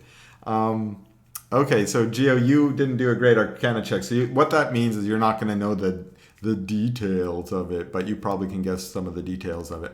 Actually, I'm probably going to have to tell you anyways. It is a +1 Warhammer, so I don't think I made an item for this yet, but I might make one for you. Okay. Okay. Or I do have it. if you want to in my make it character- yourself, you can make it I have yourself. a proxy. Yeah. Sorry. Okay, but the power of the warlord that you sense is that by lifting the hammer of the warlord, that's what it's called, hammer of the warlord. If you lift it over your head and scream a battle cry, you can inspire an ally to attack. Does that make sense? Oh, I like that. And so technically, this is this will be used as a bonus action. And then there are some details related to that, but we can work out the details when you try and use it. But as a bonus action, you lift it over your head, scream a battle cry, and one of your allies will be allowed to attack. Okay? Awesome. Lucius, are you a warlock or a sorcerer? I'm a warlock. That's what I thought. You don't have like a totem, do you? No, but I You just just got use some your cool hands. shit. I got some cool shit now, and yeah. Okay, so I want an Arcana check from Lucius. Oh. You're studying Okay. your ring. Slam. Bleeblam. Okay. You don't have to spend as long as these other dudes are spending it, so you can probably do something else, maybe help one of the others or whatever. But you probably spend about an hour looking at your ring, and what you've determined is that it is indeed enchanted, but it is a weak enchantment. It is an enchantment of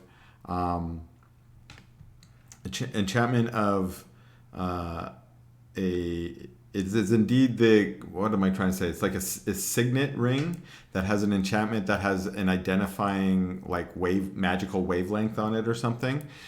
So you can definitely tell that this ring will grant you access into the place where you want to get access into, or at least you have a high suspicion that this is what this is. It's the kind of ring that would do that. The only other test you have left to do is test it, right? Go and try it out. Right. And then you also, based off part of this realization that, okay, this is the ring that I'm looking at, you definitely have heightened suspicion about what is the gem that's active in that crown over there, which you probably know is also of great magical power, even though you haven't had a chance to actually touch the crown yet, right? But you're pretty confident that the other kind of thing that you're looking for might be that other gem. Does that make sense? It does. Okay. Then let's go to Locke. I think I did everyone, didn't I? Pretty bam. Okay. All right, then Locke. You see everyone kind of is studying their stuff. You pull the crown out. Like I said, it's now kind of familiar, the buzzing in your hand. While you pull it out, just do another wisdom check for me. See if you want to study it with it on your head. It looks like you want to try it on again. So All right. you slide it on. The other folks are like just kind of, giving you a bit of a side eye, but you put it on. You don't actually keep it on for super long because you are trying to study it. And so you do study it for a while. And after, a few hours like these others spending it over the evening, you can tell definitely that this crown has immense power, but also that its use seems to be pretty simplistic. An attuned user just puts it on their head and then focuses on the minds of the dwarves around them to activate its powers. Let me ask you, are you going to attune this item? Yes, I am. Okay, and that goes for you, Geo, too. Are you attuning your hammer? Yes, if I can. Yes, you definitely can. So you will now have the hammer attuned, so it's a +1 warhammer, and you will be able to use its warlord power. Yeah. Okay, is that a question? Sounds good. Okay, then okay, so you're going to be attuning this. So you also do in intelligence arcana check. Boy. How much does this Warhammer weigh? Oh boy. Is it the same as like a typical Warhammer, would you say? Let's just say it's the same as a normal warhammer for now. Okay, makes sense. Do you think it makes sense for it to be lighter? I think if it's lighter, it doesn't do as much damage. So That's I agree with you. I think that's a good point. I brought it because I just noticed it. I was like, oh, the old hammer had a weight, but this one didn't. I'm like, oh, okay. I guess I should put this up. I appreciate it. Yeah. okay, so Locke, you don't get any like strong understanding of the powers of it. You just get your kind of intuitive understanding. But what you can gather is that it appears that through the crown, you should be able to read the mind of dwarves within some range, maybe alter their mood, and maybe even control their actions. And the range is it's pretty far. It depends on each power, but if a dwarf's within 30 feet of you, you expect you should be able to use most of these powers on it, on the dwarf. You don't have more than that because it's still just an intuitive feel. Again, part of the reason I'm doing this is if you guys really want to know all the details, an identify spell or some successful arcana checks are more likely to get you all the details. Okay, but you're welcome to ask me any questions. Any questions? I'm good. Do I as like an sorry. That's a good. Do I as like an item centric like artificer notice that this thing is like overpowered based on the information that I have on it? Do I like definitely recognize that this is like out of our league? I would say from visually inspecting it from from afar, you can tell that it's a magical item. I mean, it's a magical crown. Those are kind of rare. So you're using mostly common sense at the moment to determine that it's probably pretty powerful. You haven't touched it yet, so you're not getting the major hum off of it that Locke is getting. So Locke's the only one that's really confident that this is to use the word artifact level item. Lock me Porto, would you be okay if I had a look at the crown that you have found? Yeah, and I hold it up so you can see it.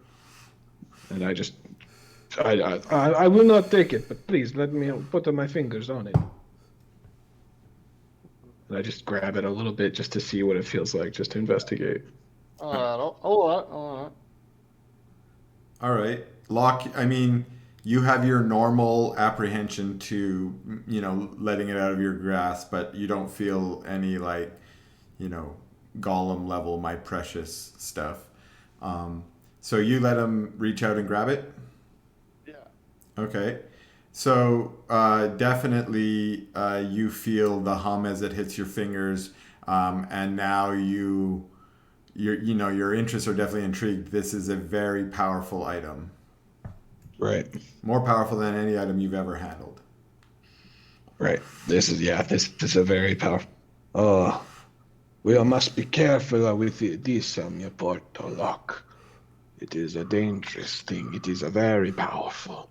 We must learn more about this. We must learn more about this soon. I will do our research to figure out what it is. All right, then. You do that, and I will continue holding on to it. I must insist that you be careful putting it on. It could have effects that we do not understand.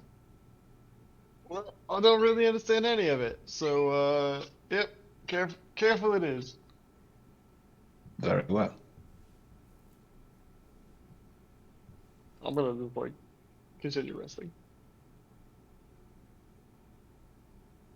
Okay, so you guys have a little exchange about the crown. Anyone else interested in that, or we're done with the crown? I'm going to approach Dresdes Okay. Dresses. I might have something you'd like to know about this crown.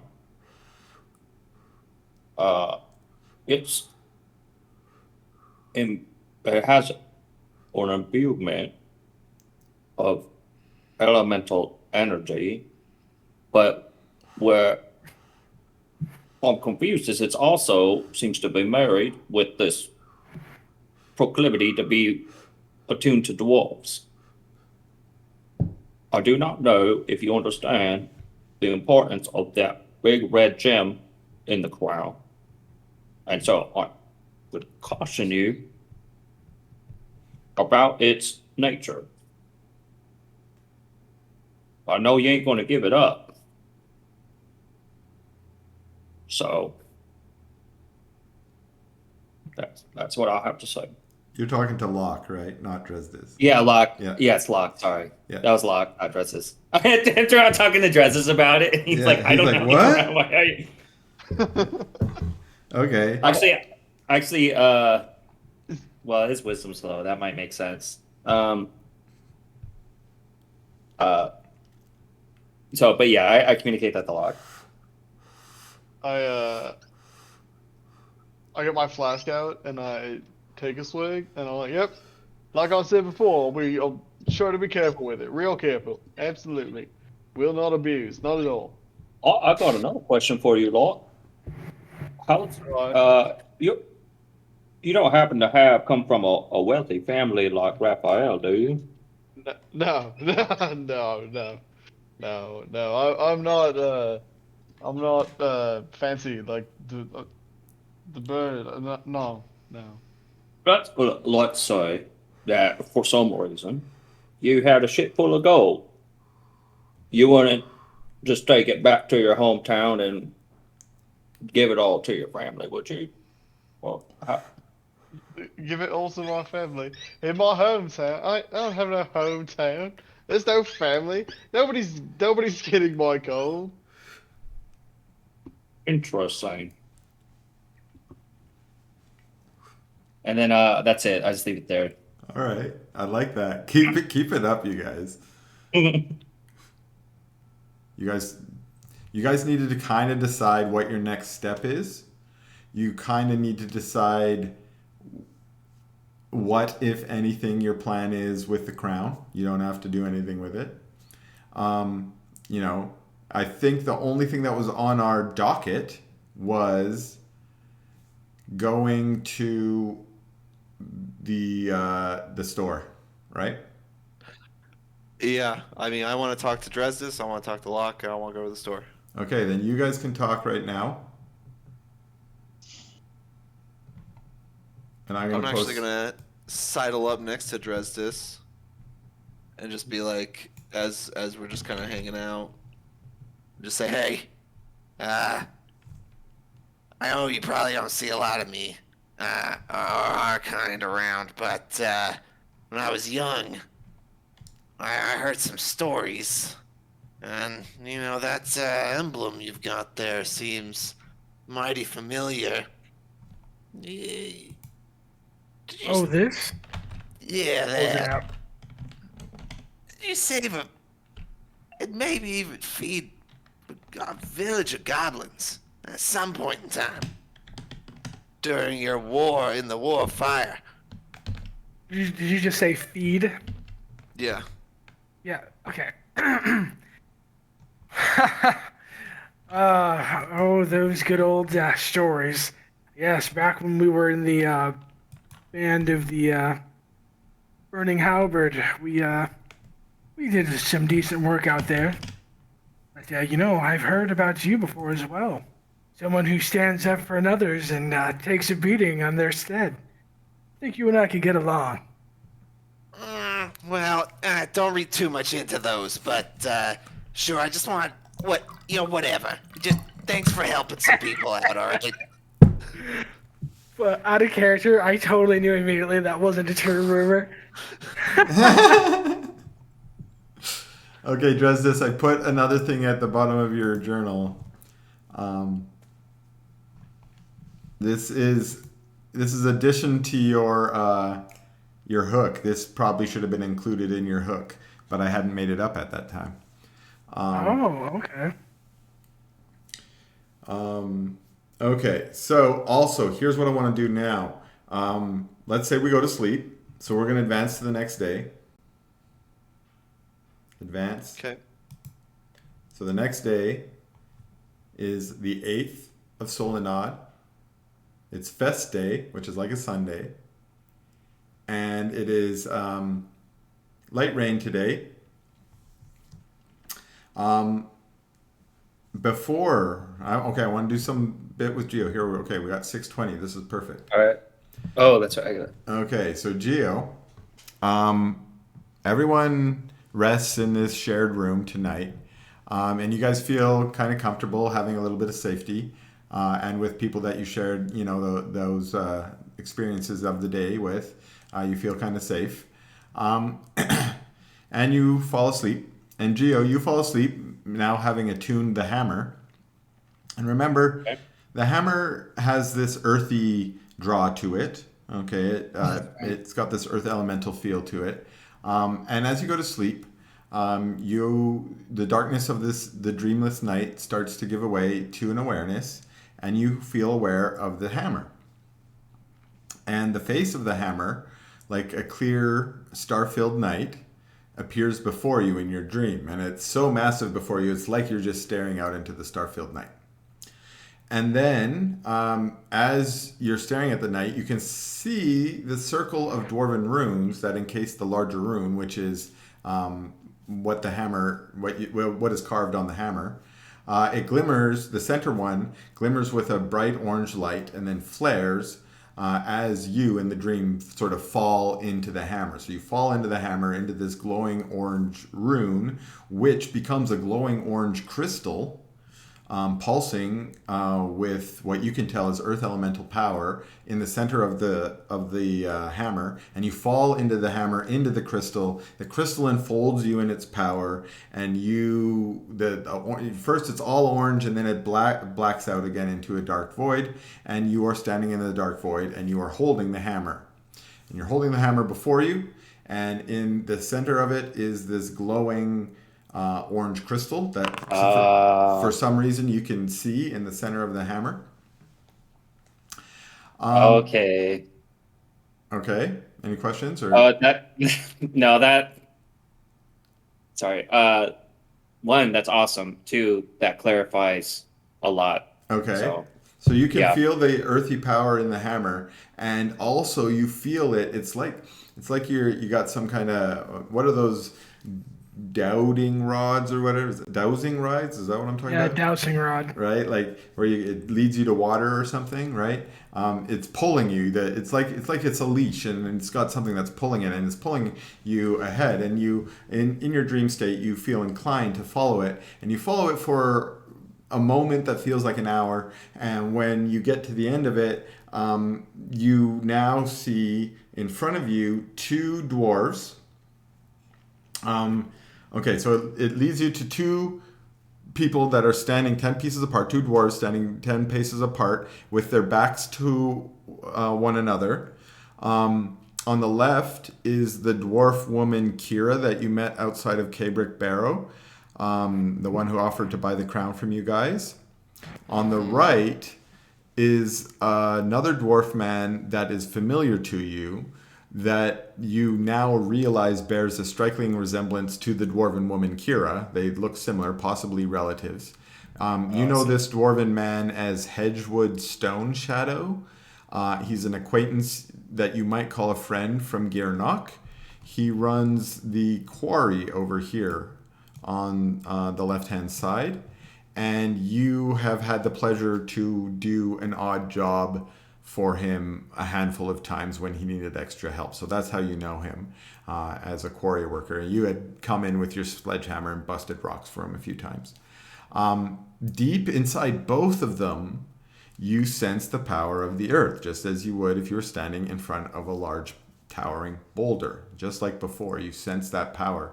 The difference is now you can see it visually, like a glowing orangeness coming out of their heart or their chest region. You can't really see their heart, but you see this kind of glowing orange aura, if you will, that you can tell is earthiness. And you are compelled to approach one of them. You can only go in one direction. And so which one do you approach? I go to Kira. Kira. Okay. You follow the hammer towards Kira. And as you do, Hedgewood disappears. And Kira looks up at you. She looks at you. She's got an angry look on her face. She looks at the hammer and she says, I don't want your hammer. Bring me the crown and I'll leave you and your friends alone. And she turns and she walks away and the dream ends. And you wake up in a cold sweat. When you wake up, so you're in the rusty nail. Okay. And you wake up in your bed and you're cold sweat. Everyone else is sleeping. Dresdis is snoring as Loxodon do, and you look around. You don't seem like anything woke you up or disturbed you other than the dream, but you can feel a very faint pull of earth to the north. But if you got the map up here, it's sort of to the northwest of where you are, northwest, if you want to be very precise. And if you had to guess where the pull was pulling you, it would be around the part of the town near the last drop. Okay. Seriously typing. I'm like, all right, north where the is. All right, and then Do you have any questions? I don't, but I do have a comment. So I was leveling up as a second level sorcerer. I got another level 1 spell, and the one I chose was Earth Tremor, which is like a very small Earthquake. Earthquake, and I thought that'd be cool as he woke up. In addition to feeling all that earthiness, that's part of the reason why he all of a sudden can do that spell now. Is like this experience with so that's super cool. So yeah, when you wake up, there is a small earth tremor going on underneath the rusty nail. The ground is shaking, and it's probably because of you and your earthiness. Okay, so well, you tell me. Was this unsettling? Do you stay up for the rest of the night, or do you go back to the sleep? You said it was early in the morning or in the middle of the night? It's definitely the dark hours of the night. I just kind of feel awake for a moment. Is my hammer next to me? Like, I want to grab it. Yeah, you're actually gripping it. When you woke up, you were holding it very strongly in your hand. Oh, I see.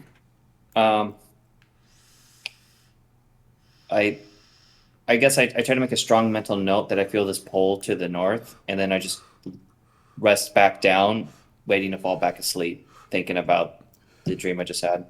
So okay, you fall back asleep, and you have a troubling dream, not one that was so vibrant as that one, but you do have a troubling dream where you kind of go back and forth between busting rocks with Hedgewood in the quarry and being chased by Kira. But these ones are just more kind of anxiety dreams that maybe were spawned by the first one. I see. Okay, so, well, you guys wake up the next morning on the morning of Solinod, and you're all getting ready to do whatever you want to do, putter around the town today, probably go to the overstuffed trunk. And Geo, you wake up in the morning, and it's a new day. Do you want to test anything? Yeah. Well, I don't want to. So the metagaming part of me is like, I don't want to use my spell slots after Yeah. a short rest. We've only done a short rest, yeah. So you actually probably Yeah. still have no spell slots. Oh, you don't get it after a short rest. Okay. In that case, I just is everyone else awake? Probably. Or I- oh, It's 7 in the morning according to my clock here. Did everyone wake up at 7 in the morning? Fuck Oh, no. absolutely not. So that that sounds like kind of makes sense. Locke and Lucius are just like sleeping in because they're night crawlers, but Raphael, would he? I gotta ask. I'm up early. I'm trying to sell stuff, so I'm up Makes early. sense. Franco's probably looking for me, wondering what's going on. I'd like to. Dressus is probably doing a morning jog. I'd like to approach Raphael. Raphael, I may or may not have had a magically imbued dream, and we should. Oh shoot, where was? How am I forgetting the name? the last drop. Last drop. We should. I think we will find some answers if we go to the last drop, and I suspect that is. Sorry, if I slack on it, it turns into like a weird Michael Caine. I suspect that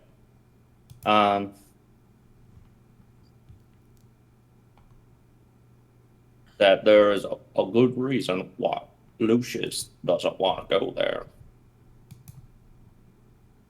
I have no concept of what is wrong with Lucius and why he would not want to go there, but I trust your instincts, and if you tell me we will find answers there, then there is no harm in investigation. Lovely. Well, Shall we have it now? I would feel better if we did.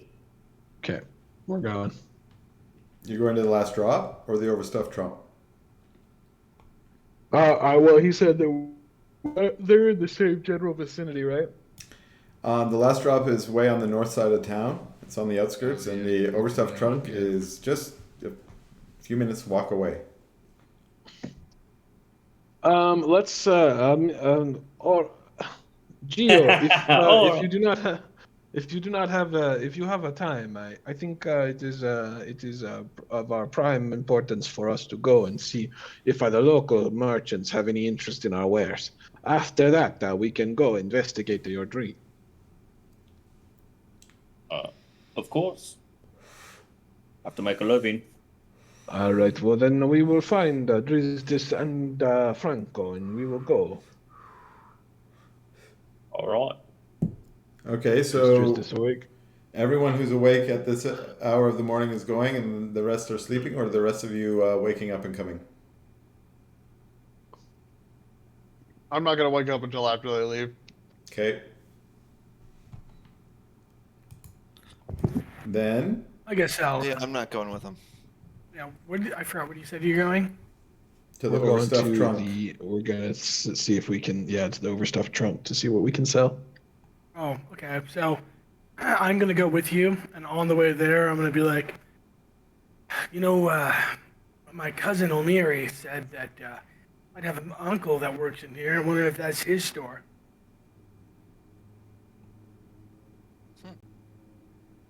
Wait, you said what? Oh, one of my cousins told me that I have an uncle who owns a store here in town. Is it this one? I believe there is only one store in town. well, maybe. These other As stores, soon as he right? says like somebody related to me owns this store, my eyes shoot open and say, Yeah, I guess I'll come with you guys too. Okay. Lucius Can I joins. do an insight on that? Yeah, kind of like what? Like wait, what? Why all of a sudden so much interest, Lucius? It doesn't, I want to say hi to his family.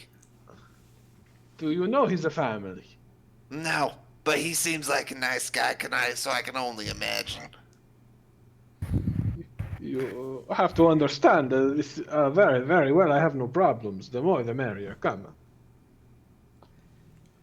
So you guys get up, and Lucius scurries to get ready and join you. And as you walk out into the common room of the Rusty Nail, Geldra says, "Oh, please, before you hurry out, here, you need to have some bread. Have some bread and cheese. It's just good for the morning.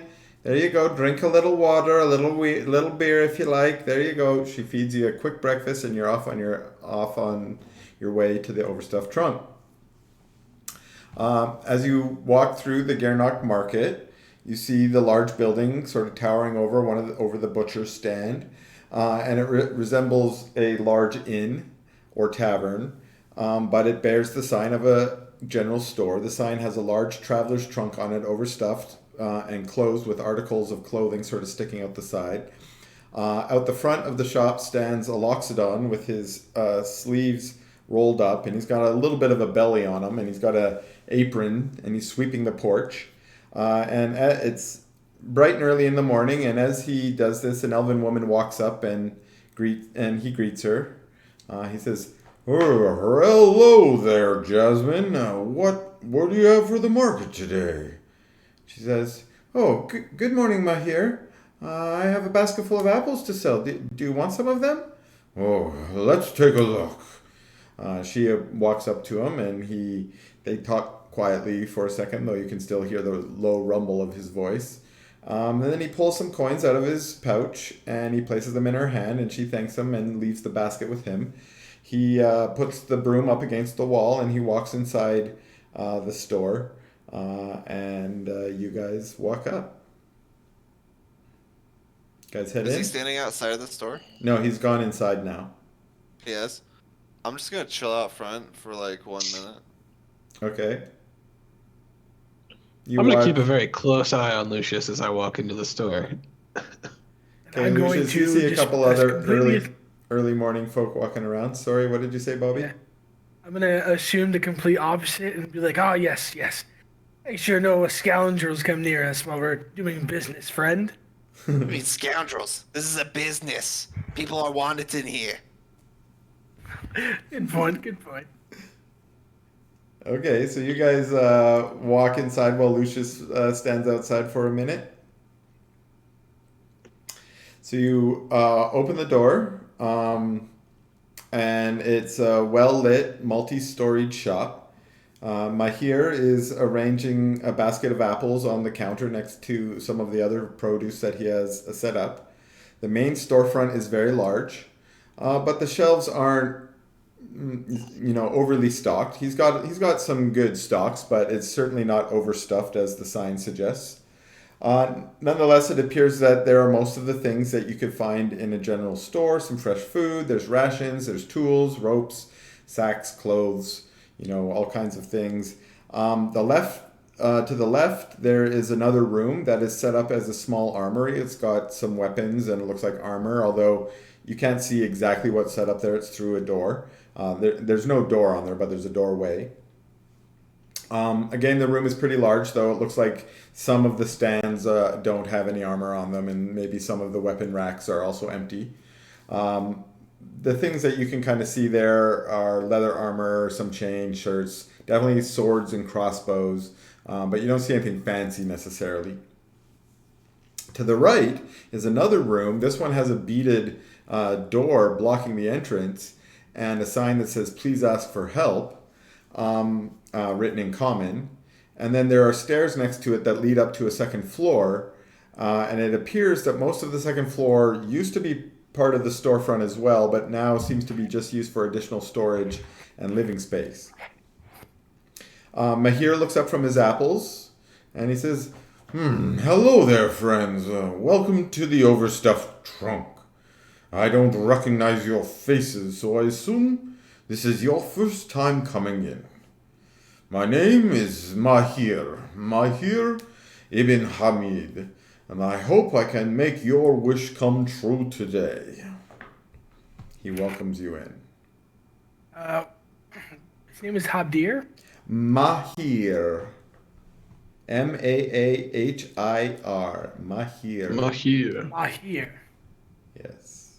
Well, brother Mahir, I've heard a tale that I have an uncle in this town. Is that perhaps you? Do you know, I can read the name. Olmira? Olmira. You mean Olmira from Pescara? Yes, she is a cousin of mine. Would not say I'm her uncle. She is older than I am, but yes, I do know Almira. Perhaps she was Oh. speaking of my father, Hamid. Hamid, unfortunately, my good father, he passed away about a decade ago. Oh, well, that's upsetting to hear, friend. It was a Assuming his very name was sad time for me Lavi? as well. What is your name, good man? Are you Dresdis Ab Naldez. Dresdes? Naldez. I think I have heard of this name before. Is he the son of Asim? Indeed, I am. Asim is your grandfather. Asim, that makes you my cousin as well. You see, my father Hamid is born to a great woman. My grandmother Pahlavi. She is the sister of Asim. Is well met. He goes to embrace you in a very hefty elephant hug. I hug him back. Yeah, he holds you tight and he slaps you on your back, and he even he gives you a good tap with his trunk as well, and he says, "It is so good to meet you, my cousin. It is in fact a very auspicious sign, as a man who is very, very committed to the old ways and the traditional Loxodon beliefs. I have very much made offerings to Shireen, and I have asked her to give me the blessings of my family, and it seems that she has answered these prayers and sent you here, my good cousin. Please, come on in. Have you had your breakfast already this day?" Oh, I have, but I could always use another bite. Of course you could use more. Come on in. I have many good fruits and vegetables already arrayed here. These ones take whatever you like. And your friends, are these your friends that are here with you? Absolutely, Raphael's a good traveling companion. Raphael, oh, well met. In fact, Raphael, I think now that I see your face again, I apologize. Have we met before, good man? In the past we have met near Porto. I am Rafael de Corbo, son of Leonardo de Corbo, the founder and inventor of the Corbo rifles. And I am here to talk to you about my goods. The Corbo rifles, I do know a thing or two about the Corbo rifles. Now, let me ask you a question. Raphael, you say your name is, and I apologize if this is a little bit of an insult. I apologize again. But I have heard a very interesting rumor about the Corbo rifles. You see, I heard that your rifles are maybe cursed? Cursed by devils? Is this true? This is a horrible and offensive lie that has been strewn against my family line for generations. I will not humor this for any longer. Oh, I am very sorry. Did I insult you? I apologize, good man. Do you have one of your guns on you? Well, of course, I'll address this. And I pull it out. I look at it like kind of intentionally. I activate Divine Sense. Do I sense evil at all from that gun? No. And I turn to my that mystery solved. Yeah, mystery solved. Turn to my cousin. Well, my divine gifts have told me that that is definitely false. I sense no evil at all from these weapons.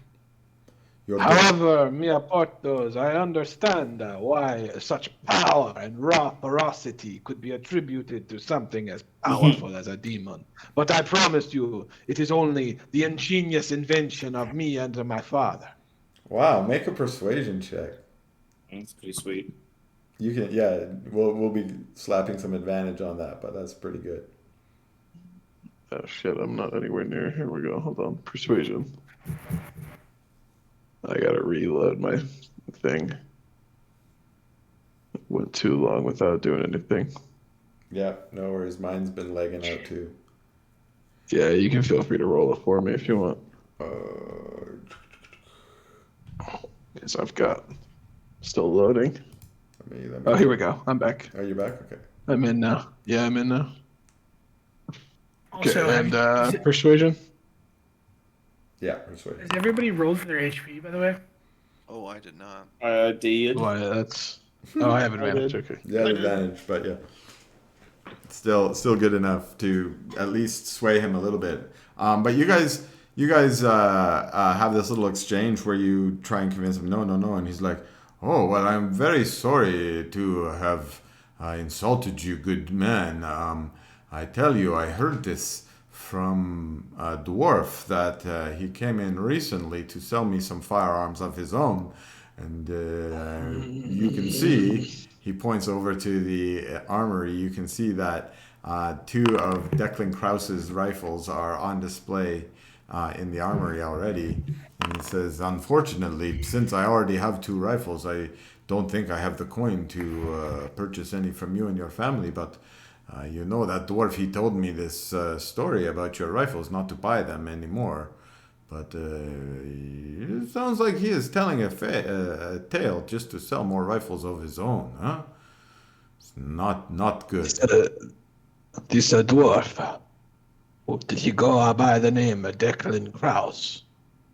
Oh yes, that is exactly his name. Yes, Declan Kraus. Sangua pesta, and I spit on the ground. Well, He spits for you, Lilith. Sorry. I'm very sorry, my good man. I tell you, while I might not be able to make a purchase from you and your family this year, how about I make a promise to you this day that in the next season, in the next year, if you return, I promise you I will only buy rifles from your family from this day forward. Of course. I apologize for taking such extreme offense to what you have said. You are merely parroting the lies of a fool. It is no concern of mine what he has told you of my family. I believe our products speak for themselves. So yes, of course, I am happy to come back with some more rifles in the future, and we will renegotiate the terms of your agreement. Oh, that does sound so good. Now, if you guys would like, please take some fruit with you. Would like to ask you now, my cousin Dresdes. It is such a great honor to meet you, and I wonder what is it that has brought you all this way to Gernok. I mean, you are welcome to stay here if you wish. My home is your home, but what has brought you to this place? I believe we're just traveling to make some sales, and well, there's one more thing we could talk about later. Well, I would welcome you to spend the day with me this day so we can get to know each other and tell tales of our family. Would you like to do that? I'm absolutely interested. I'd hate to keep you here, Raph. If you'd like, you can continue your works without me today. I have one or two things to discuss, business matters to discuss with your cousin here. If you would want to wait outside, I understand. Oh, very well. And I guess we'll take turns. I'll go tell Lucian what's up. Okay. Okay, and as soon as Dresdes leaves the building, I would like to lean in and talk to the keeper here and say, Mahir. Yes. How well do you know your cousin? My cousin? I have just met him. And you know nothing of his name after learning it? Oh, I have heard of him before. Yes, I have heard that there are many great tales of Dresdes. He is a hero of the Blazing Halberds. Do you know this? I know one of these tales. Oh, I you know do? many of these tales. However, there is one that has been troubling me, and I could wonder if you could clarify.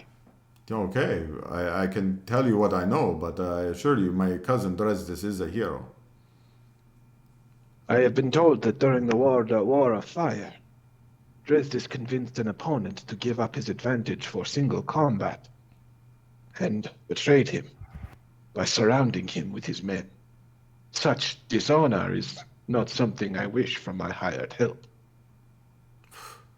Well, I know not who you have heard that tale from, but that is not a tale of anyone from my family. We are an honorable group of Loxodon, and I know that he was an honorable member of the Blazing Halberts. I would say whoever told you that tale is a liar.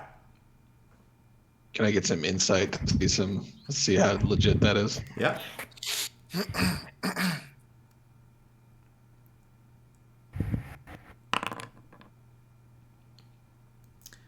You are having a trouble determining. He seems sincere, but you're having trouble determining if that's because he is just very loyal to his family or if he really believes it. I must make apologies to you, Mahira. As a fellow businessman, you understand how important it is to understand who it is you have employed. I meant no offense to your family line. I am sure these lies are the same as the ones sprouted by Declan Kraus. And I accept your apologies, good sir, because as you have mentioned, many lies flow about, and for many reasons. And I think you are a good man, and I'm glad that you are a companion of my cousin. And now, if do you have any other business you wish to attend with me, or I would like to spend the rest of my day getting to know my cousin better? None at all. Please, I will leave you at it, and I will tell him to please come back inside. Yes, thank you. Have a very good day, and please come back and visit, and please bring your fabulous weapons. I will tell my father, Leonardo de Corbo, of your kindness, Mahir. Thank you again. Thank you. And then I go outside and I tell Dresdes that his cousin's waiting for him. All right. Oh, thank you very much, friend. And I fucking step through the doorway and don't even ask you anything was weird about that. And just... Yeah, we're just doing business. Yeah, We're just doing business. Yeah. Businessman stuff. Yeah. Yeah.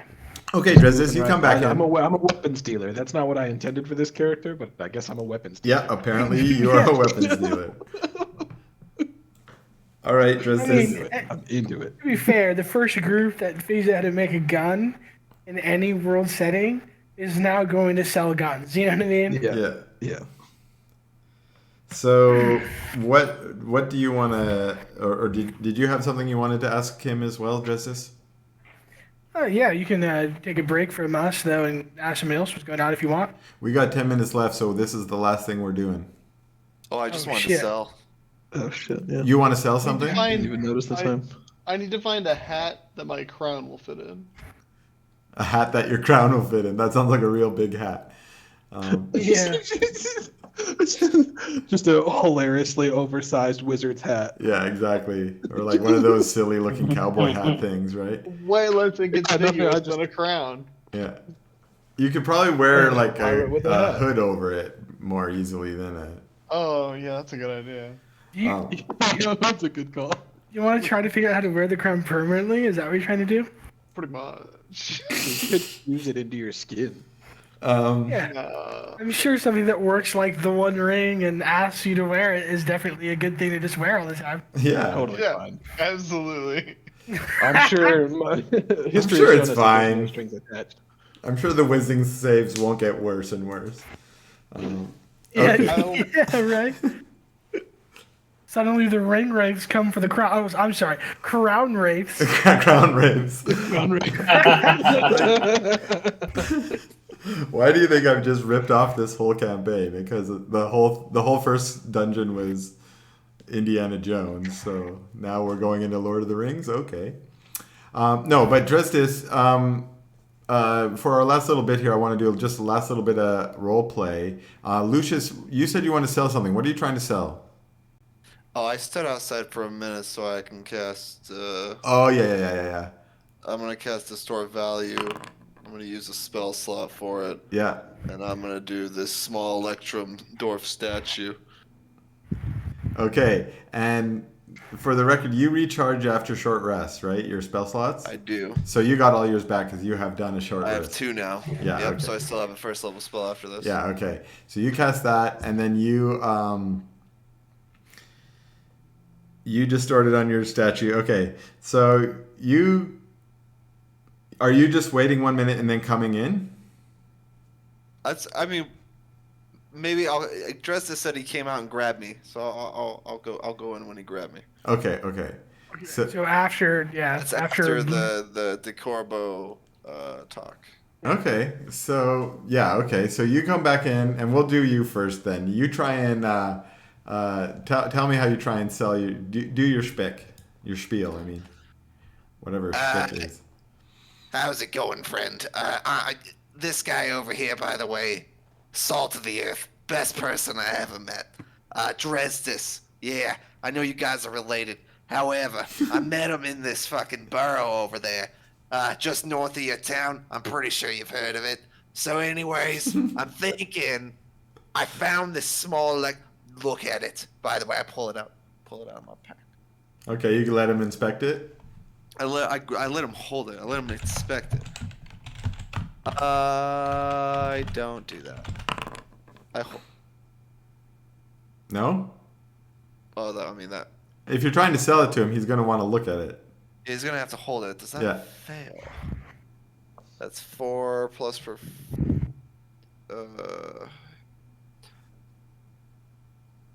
Oh, it meets. It meets?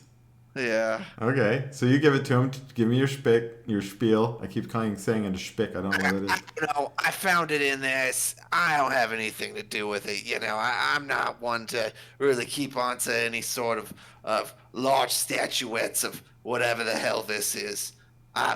You own a shop in here. You obviously get many customers. You probably have a little bit better idea of how to deal with this. He looks at it for a minute or two, and he's like, well, this is not exactly the kind of thing that I've carried in my shop before, but it's definitely worth the metal. I mean, it could be sold off for that. Someone might value this more than I do, but I will offer some coin for it if you're interested. How does 20 gold pieces sound?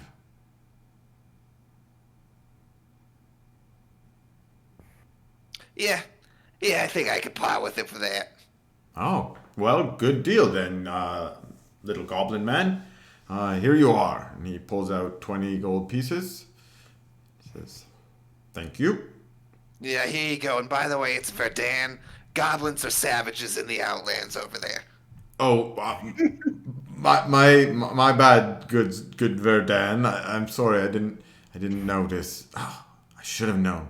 My bad. Yeah, we can talk and stuff. It's fine. All right. You'll notice that the coins that he gave you, the gold coins that he gave you, are Gerlir mint, which are stamped with Rolantha, which is the spirit of the river. So they've got a little river spirit on them, which kind of looks like a fish. Cool. And yeah, so you're probably familiar with these. In Earshore, you see all the kinds of coin from Gurdan and also from around the world. Okay, so you managed to sell your statue, and Dresdis. Okay, so he's gonna ask you. I'm gonna say, cousin, do you honor the Loxodon gods? Of course. Very good. I'm No glad one- to hear that. Not all Loxodon still honor the old ways. Would you like to honor the gods with me in the Mahir family shrine? Oh, that sounds interesting. Yes. Where would the please. shrine be, friend? Come with me. It's downstairs where I keep most of my Loxodon related artifacts and such. He leads you downstairs into a basement. It's sort of decorated like a man cave, a medieval man cave. It's got like a couple tapestries with depictions of Loxodon gods. You recognize Horus, for instance. You recognize Shirin is proudly displayed here. She's almost displayed in a more a prominent position than Horus. Sheeran, remember, is the wife of Horus. She's also the goddess of family and things like that. It's got like a Mortal Kombat cabinet. A bunch of dope shit. Yeah, exactly. It's cool. And he comes Saturdays down. are for the Loxodon. These are just for the Loxodon gods. Are apparently the coolest because they're all elephant gods with extra arms and shit. Hell yeah. So you see Sheeran. Yeah, she's probably got extra arms because she's got babes in her hands in this case, and she's it's a very beautiful tapestry. You can tell that it is also ancient. It was probably brought by his grandmother here when she came, and he turns and he starts by leading a prayer to Sheeran, and he says, "Sheeran, wife of Horus, mother of the Loxodon people, thank you for honoring me this day. Reuniting me with my cousin has brought me the blessing of family after a lifetime of curse. Please continue to bless us by nurturing this relationship so that Dresdis might become the brother to me that Nadir never was." And he finishes his prayer and he lights some incense, and you go through some of the ritual parts of the prayer too. And he turns to you and he says, "Brother, cousin, do you have a prayer you wish to offer to the Loxodon gods?" Indeed, I do. And he has a tapestry for Horus, right? Yeah.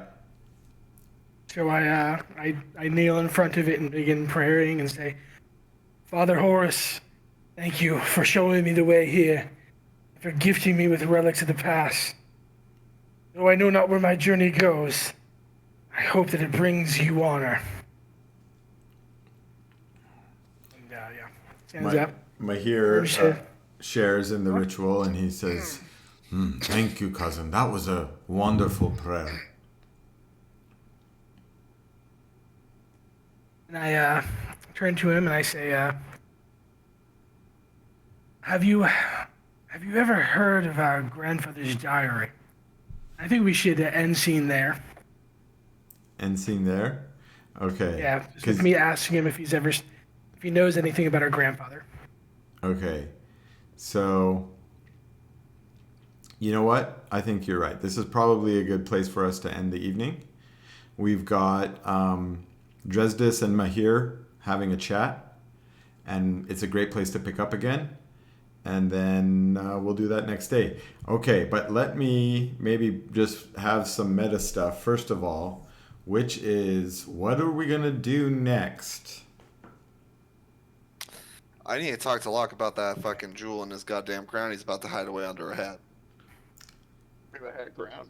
Because I think I could convince him about some fucking treasure in a goddamn tower I know about, and we could split the rewards. And I also want to split the rewards from this thing I just sold with him. Yeah. That's what I did find when they were all going to the store thing. Your plan when they went to the store is what? Originally, I was just staying behind because he was also staying behind, so we could have split our loot. But Oh, okay. Oh, shit. So I was like, I guess I'm stuck here. Okay, okay. So, is there a library in town? not that you know of. Okay. Okay, so here's maybe what I'm going to say. For almost all of you, I have given you leads, right? I think for all of you, I've given you some leads that you can follow. I've got some pretty good leads. And Yeah, that's why I was looking for a library to do some research. yeah, and I'll just say straight up, Raphael, your best chance to do the good research is back home. Got it. But the next closest library that would be very good would be Earshore, probably. Yeah. That's closer. And so some of you, your next step are closer by than others, okay? And I think maybe next day what we will do is we will just spend time in Gearnock as you guys finish this long rest, investigating those leads maybe a little bit, and then maybe by the end of next session we'll be able to follow one of those leads into the next adventure. Cool. Sound good? I love Absolutely. Yeah. This was a great session, y'all. This was fucking sick. Thank For you. real. this has been one of the best adventures I've ever run. It was super fun to run that dungeon, and I feel like there's lots of cool clues and mysteries and stuff we haven't figured out and want to figure out, and that's good, right? So I like that we're all slightly distrustful of one another. I like that too, although I want us to cohese. Actually, guys, just saying, I only received a good rumor from each of you. So that's good. I have zero distrust of any of you, even when some of you are distrustful of me. Yeah. I mean, I Well, trust you heard what I was talking about. So. Interesting. I think it's worked out good because you guys didn't like immediately be like, I heard this or I heard that, but a few of you were like, hey, wait a second. We're going to bond over like misinformation though, right? Like each of us has like lies being told us about it. And I feel like correcting those lies is going to bring us all together as a party. Right, which is cool. I'm glad you pointed that out. I didn't even think about that, but like a few of those lies you guys have already been like, that's a lie. And so you can dismiss it and you're working forward with just good information. I like it. Cool. So this is good. If you guys have anything like ideas, Banes and Boons, I didn't do it, but I was thinking of maybe doing Banes and Boons for Garnock. So if you think up over the week some Banes and Boons and you want to send them to me, go ahead.